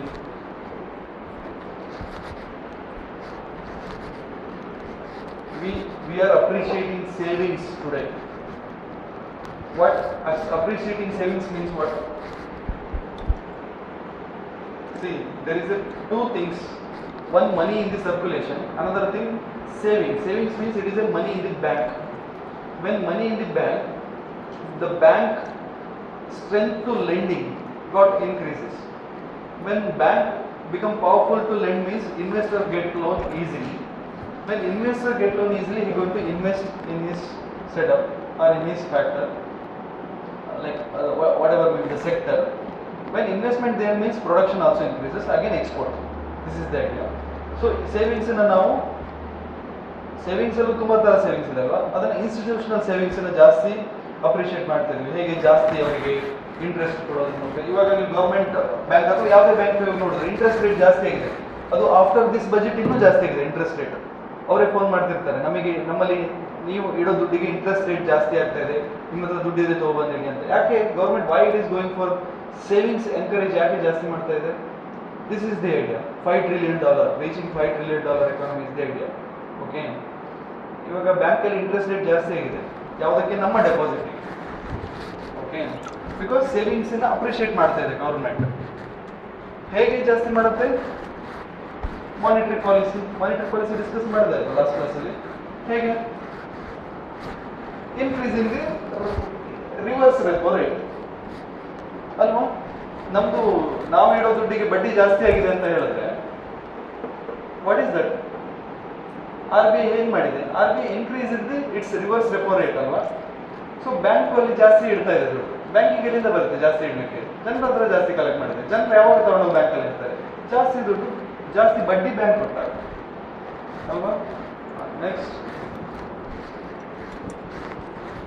And private ಇನ್ವೆಸ್ಟ್ಮೆಂಟ್ಗಳಿಗೆ ಜಾಸ್ತಿ is of ಮಾಡ್ತಾ ಇದೆ ಅಲ್ವಾ. Government ರೂಟ್ಗಳಿಂದ ಮಾತ್ರ ಬರಬೇಕು ಅಂತೇನಿಲ್ಲ, ಪ್ರೈವೇಟ್ ರೂಟಲ್ಲಿ ಬರ್ಬೋದು. ದೆನ್ ಕ್ವಾಲಿಫೈಡ್ ಇನ್ವೆಸ್ಟ್ಮೆಂಟ್ ಅಂತ ಬಂದಿದೆ. ಎಫ್ ಡಿ ಐ ಮತ್ತು ಫಾರಿನ್ ಡೆಲಿಗೇಷನ್ಸ್ ಜಾಸ್ತಿ ಆಗ್ತಾ ಇದೆ. ಸೊ ಫಾರಿನ್ ಇನ್ವೆಸ್ಟ್ಮೆಂಟಿಗೆ ಒಂದು ಫೇವರಬಲ್ ಎನ್ವೈರ್ಮೆಂಟ್ ಕ್ರಿಯೇಟ್ ಮಾಡಿಕೊಡ್ತಾ ಇದೆ. ಇನ್ಫ್ರಾಸ್ಟ್ರಕ್ಚರ್ ಮೇಲೆ ಜಾಸ್ತಿ what is this expressways and all, express highways ಮಾಡ್ತಾ ಇದ್ದಾರೆ. ಮೈಸೂರು ಬ್ಯಾಂಗ್ಳೂರ್ ಹೈವೇ ಎಲ್ಲ ಮಾಡಿದಾರಲ್ವ. This a kind of investment. ಈ ಥರ infrastructure building of the country. When there is infrastructure, then only IT companies or any foreign investors will invest. Otherwise, they are not going to invest. Right? ಫಸ್ಟಿಗೆ infrastructure ಇರಬೇಕು, ಅದಾದ್ಮೇಲೆ ಅವ್ರಿಗೆ invest ಬರುತ್ತೆ.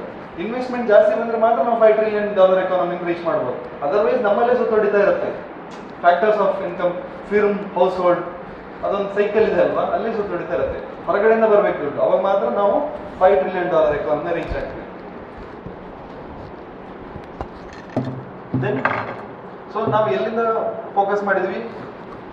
Hour income also, I mean our investment also. We are focusing on our investment also. We are focusing on our infrastructure also. We are focusing on our export also, as well as we are focusing on our savings also in bank. So ಇದೆಲ್ಲ ಕಾಣಬೇಕು ನಿಮ್ಗೆ. $5 trillion economy essay ಬರಲಿ ಅಥವಾ news paper 3 ಎಕಾನಮಿಯಲ್ಲಿ questions ಬರಲಿ, ನಿಮ್ಮ answers ಇದನ್ನು focus ಮಾಡಬೇಕು. ಅದಕ್ಕೆ ನೀವು ಇನ್ನೂ ಚೆನ್ನಾಗಿ ಡಯಾಗ್ರಾಮ್ ಎಲ್ಲ ಹಾಕ್ಬೋದು. ಹೇಗೆ ಹೇಳಿ? ಹೀಗೆ $5 trillion economy. Okay,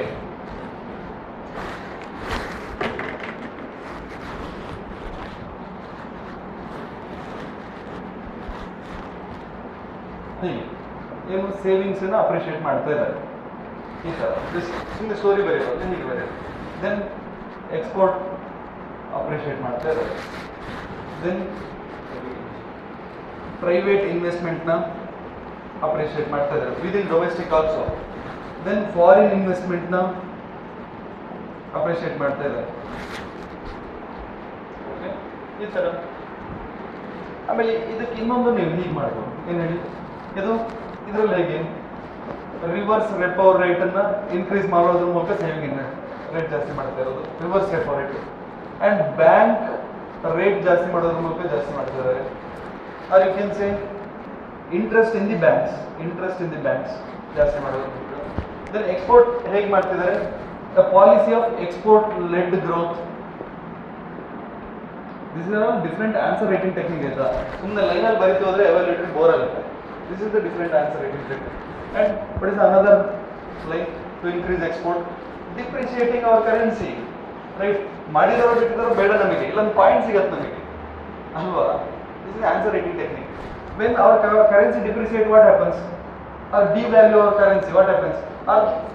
Our export means instead of depreciating, you can write weakening currency. We are purposefully weakening our currency in front of dollar. Then what is this? Foreign investment ಜಾಸ್ತಿ ಆಗಲಿಕ್ಕೆ ನಾವು ease of doing business index ಮೇಲೆ focus ಮಾಡ್ತಾ ಇದ್ದೀವಿ. Ease of doing business and so many parliamentary law ತಗೊಬಂದು ನಾವು ರೂಟನ್ನು, investment ರೂಟನ್ನು ಈಸಿ ಮಾಡ್ತಿದ್ವಿ. So legally we are liberate ಮಾಡ್ತಾ ಇದ್ದೀವಿ. ಅದನ್ನೆಲ್ಲ ಬರೀಬೋದು. ದೆನ್ ಪ್ರೈವೇಟ್ ಇನ್ವೆಸ್ಟ್ಮೆಂಟ್ ಜಾಸ್ತಿ ಹೇಗೆ ಮಾಡ್ತಾ ಇದ್ದೀವಿ? How we are investing? Like a loan, that to subsidy loan, and when there is a, we are appreciating savings means banks are strengthened to give loan to investors. So banks anna ನಾವು strengthen ಮಾಡ್ತಾ ಇದೀವಿ, strengthening the banks. Even SHGs, we strengthening SHGs, self-help groups, so they will invest in the society, right? Then private investment through Stand Up India, that kind of programs. What is Stand Up India? They are providing, they are giving loan for the ST women. Okay, Stand Up India, just to investment, not for consumption. Crores together loan. Nearly they will give 1 crore to 10 crore maximum. Stand Up India for the ST women. That to subsidy loan. That is for the private investment only. So you can use that Stand Up India concept here. Okay. See, $5 trillion economy answer mugde 150 words. Finish. Illon beautiful introduction, illon beautiful conclusion. Body is the finish. Okay. ಎಷ್ಟು ಚೆನ್ನಾಗಿದೆ ನೋಡಿ, ಸುಮ್ಮನೆ ಆ line ಎಲ್ಲ ಬರೆಯೋಕ್ಕಿಂತ hand diagram ಅಲ್ಲಿ entire thing ನೀವು ಇದನ್ನ explain ಮಾಡ್ಬೇಕಂತ ಇಲ್ಲ. ಎಕ್ಸಾಮ್ನರಿಗೆ ಇದು ಜಾಸ್ತಿ ಆದಾಗ ಹೇಗೆ ಸೇವಿಂಗ್ ಜಾಸ್ತಿ ಆಗುತ್ತೆ ಅದೆಲ್ಲ ಹೇಳ್ಬೇಕಂತ ಇಲ್ಲ. That is understood. Okay, because ಅವರು ಯಾರು ಸುಮ್ಮನೆ ನಾರ್ಮಲ್ ಲೆಕ್ಚರ್ಸ್ ಅಂತ ಗೊತ್ತಿರಲ್ಲ, ಅವರು ಎಕ್ಸ್ಪರ್ಟ್ ಇರ್ತಾರೆ. ಅವರಿಗೆ ನೀವು ಏನು ಬರ್ತಿದ್ದೀರಿ ಅಂತ ಸುಮ್ಮನೆ ಗೊತ್ತಾಗ್ಬಿಡುತ್ತೆ ನೋಡಿದಾಗಲೇ. ನೀವು ಅಗೇನ್ ಇದನ್ನ see when like is of doing business easy ಮಾಡಿದಾಗ ಫಾರಿನ್ ಇನ್ಕಮ್ ಜಾಸ್ತಿ ಆಗುತ್ತೆ ಅಥವಾ ಫಾರಿನ್ ಇನ್ವೆಸ್ಟ್ಮೆಂಟ್ ಹೇಗೆ ಜಾಸ್ತಿ ಆಗುತ್ತೆ ಅಂತ ಎಕ್ಸ್ಪ್ಲೇನ್ ಮಾಡಬೇಕಂತ ಇಲ್ಲ. ಇಷ್ಟು ಬಂದರೆ ಮುಗಿತು. ಓಕೆ, ಬೈ ಡಿಫಾಲ್ಟ್ ಅವರು ಅರ್ಥ ಮಾಡ್ಕೊಳ್ತಾರೆ. ಓಕೆ, ಇನ್ನೂ ಜಾಸ್ತಿ ಬರೆಯೋಕ್ಕೆ ನಿಮ್ಮ ಪೆನ್ ಸಪೋರ್ಟ್ ಮಾಡ್ತಾ ಇಲ್ಲ ಏನೋ. ಓಕೆ, ಬೇಗ ಹೋಗ್ಬೇಕಾ?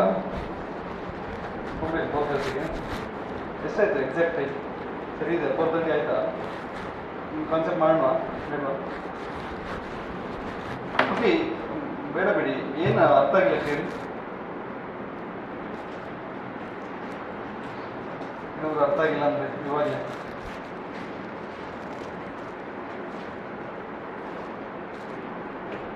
see which is independent of production value, product subsidy or the production subsidy, which is independent of production volume, is it production subsidy or the product subsidy? Independent, which is dependent, product subsidy is the dependent on the volume of the production. Production subsidy is independent of the how much you will product or how much you will produce. ನಾನು land rent ನನ್ನ ಹತ್ರ ಇಸ್ಕೊಳ್ತಾ, ನೀ ಅಲ್ಲಿ factory ಮಾಡಿದೆಯಲ್ಲ ಅದ್ರಲ್ಲಿ ಎಷ್ಟು output ಬರುತ್ತೆ ಕೇಳಲ್ಲ ಅವರು. ಎಷ್ಟು ದೊಡ್ಡ ಇದೆ ಲ್ಯಾಂಡು, ಅಷ್ಟು ದೊಡ್ಡ ಲ್ಯಾಂಡಿಗೆ ನನ್ನ ಹತ್ರ ರೆಂಟ್ ತೊಗೊಳ್ತಾರೆ, ಐ ಮೀನ್ ಟ್ಯಾಕ್ಸ್ ತೊಗೊಳ್ತಾರೆ. So this one what is that product subsidy is independent of or depend on production value. Product subsidy or the product tax, you can say product tax is depend on the production volume. Production subsidy or production tax is independent of the volume. Product subsidy or product tax ಅಂದ್ರೆ ನೋಡಿ ಅವ್ರಿಗೆ ಕರೆಕ್ಟಾಗಿ strike ಇರುತ್ತೆ. Product tax is depending on the production volume. That is first point. Hold on. Second line. Wait, second. ಏನು ಬರುತ್ತೆ? Product tax is depending on the production volume. Production volume. VOLUME. Volume. Full stop. Second line. Production subsidy, or you can say production tax only. Production tax is independent of the production volume. So something TION means it is independent, right? ಹೇಗೆ ಅರ್ಥ ಇತ್ತಾನೆ? Just connect this to the market. Connect ಮಾಡಿ ಅರ್ಥ ಮಾಡ್ಕೊಳ್ಳೋಣ. Everybody? Then any other concepts which you felt difficulty to understand, please ask. I will try to clear your doubts. Otherwise, let us wind up today's session. And there is a little announcement. Is there? Announcement ಏನಿಲ್ಲ, ಸುಮ್ಮನೆ ನಾಡಿದ 28ಗೆ free ಇದೆ, ನಮ್ಮದೊಂದು seminar program ಇದೆ, attend ಮಾಡಬೇಕು. Seminar ಅಂದರೆ 10 minutes, ಯಾವುದಾದ್ರು topic ನಿಮಗೆ ಇಷ್ಟ ಇರೋದು, ನಾನು ಮಾಡಿರೋದು ಆಲ್ರೆಡಿ, ನಾನು ಕೂತ್ಕೊಳ್ತೀನಿ, ನೀವು ಪಾಠ ಮಾಡಬೇಕು. 10 minutes. If anybody interested, please give your name and it starts around 2 p.m. on 28th of this month. ನೀವು ನಿಮ್ದು ಹೇಳಿ ಮತ್ತೆ ಹೋಗ್ಬೋದು ಇರ್ಬೇಕಂತ 10 minutes. ಓಕೆ, ಯಾರು ಬರ್ತೀರಾ? 10 minutes. ಓಕೆ, ನೀವು ಬರ್ತೀರಾ? ನೀವು ಬರ್ತೀರಾ? Event, what is event? Okay,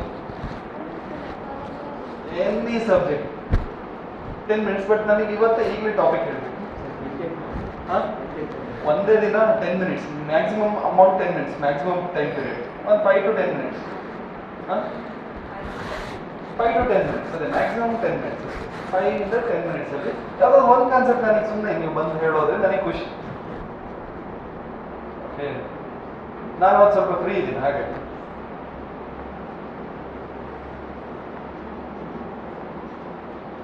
ಬರ್ತೀರಾ ಯಾರಾದ್ರು? ನೀವು ಬರ್ತೀರಾ? ನೀವು ಬನ್ನಿ, ಇಲ್ಲೇ ಅಲ್ವಾ? ಹಾಂ, ಯಾವ ಟಾಪಿಕ್ ಮಾಡ್ತೀರಾ? ನಿಮಗೆ ಯಾವ ಸಬ್ಜೆಕ್ಟಲ್ಲಿ? ಪಾಲಿಟಿಯಲ್ಲಿ ಯಾವ್ದು ಮಾಡ್ತೀರಾ?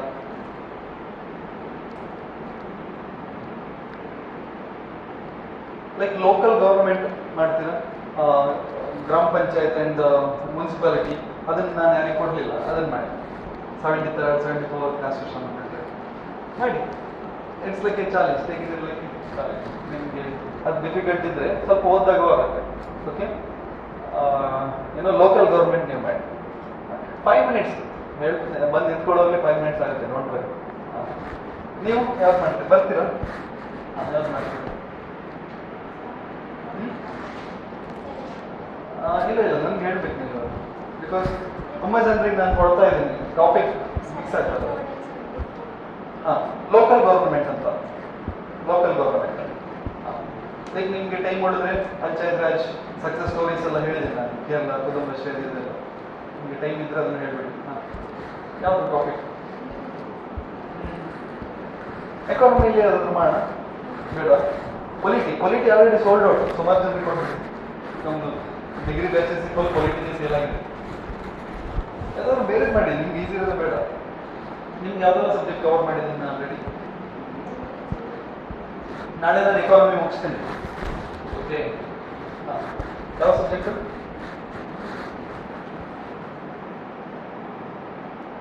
ಯಾವುದನ್ನು ಕವರ್ ಮಾಡಿದ್ದೀನಿ ಅಟ್ಲೀಸ್ಟ್ ಹೇಳಿ. Polity, geography completed right? ಹಾಂ, then do like solar system. ಯಾವುದು ಸೋಲಾರ್ ಸಿಸ್ಟಮ್? ನೀವು ಅದು ವಿಡಿಯೋಸ್ ಎಲ್ಲ ನೋಡಾಯ್ತಾ? ನೀವು ಯಾವ ಕ್ಲಾಸಿಗೆ ಬಂದಿದ್ದೀರಿ ಜಿಯೋಗ್ರಫಿಯಲ್ಲಿ? ಯಾವುದೂ ನೆನಪಿಲ್ಲ. One thing, do anything from geography. I listen 10 minutes. Anything from geography. ನೀವು ಬರ್ತೀರಾ? ಏನು ಮಾಡ್ತೀರಿ? ಯಾವ್ದು ಮಾಡ್ತೀರಾ? ನೋಡಿ, ಯಾವುದಾದ್ರು ಒಂದು ಮಾಡಿ ಎಕಾನಮಿ. ಓಕೆ, ನೀವು ಬರ್ತೀರಾ? ಹಾಂ, ಯಾವ್ದು ಮಾಡ್ತೀರಾ? ಮಿಕ್ಸ್ ಆಗಬಾರ್ದು, ನೋಡ್ಕೊಳ್ಳಿ. ಯಾವುದಾದ್ರು ಒಂದು 5 minutes. ಹಾಂ, ಸ್ಟಾರ್ಟಿಂಗ್ ಕಂಪನಿ ಅದು ಇದೆ, ಏನಾದರೂ ಒಂದು ಮಾಡಿ. ಮೇಡಮ್ ಬರೋಕ್ಕಾಗತ್ತಾ? Oh, thank you. ಹೇಳಿ, ಏನು ಮಾಡ್ತೀರಾ? ಓಕೆ, ಇಲ್ಲ, ಫೈನ್. ನೀವು ಏನು ಮಾಡ್ತೀರಾ? ನಿಮ್ಗೆ ಅಲ್ಲಿಗೆ ಹೋಗ್ತೀರಾ? Fine. Okay, let us meet. This is 28th, okay, 28th of March, 2 p.m. Let us meet tomorrow 10 a.m. Thank you so much.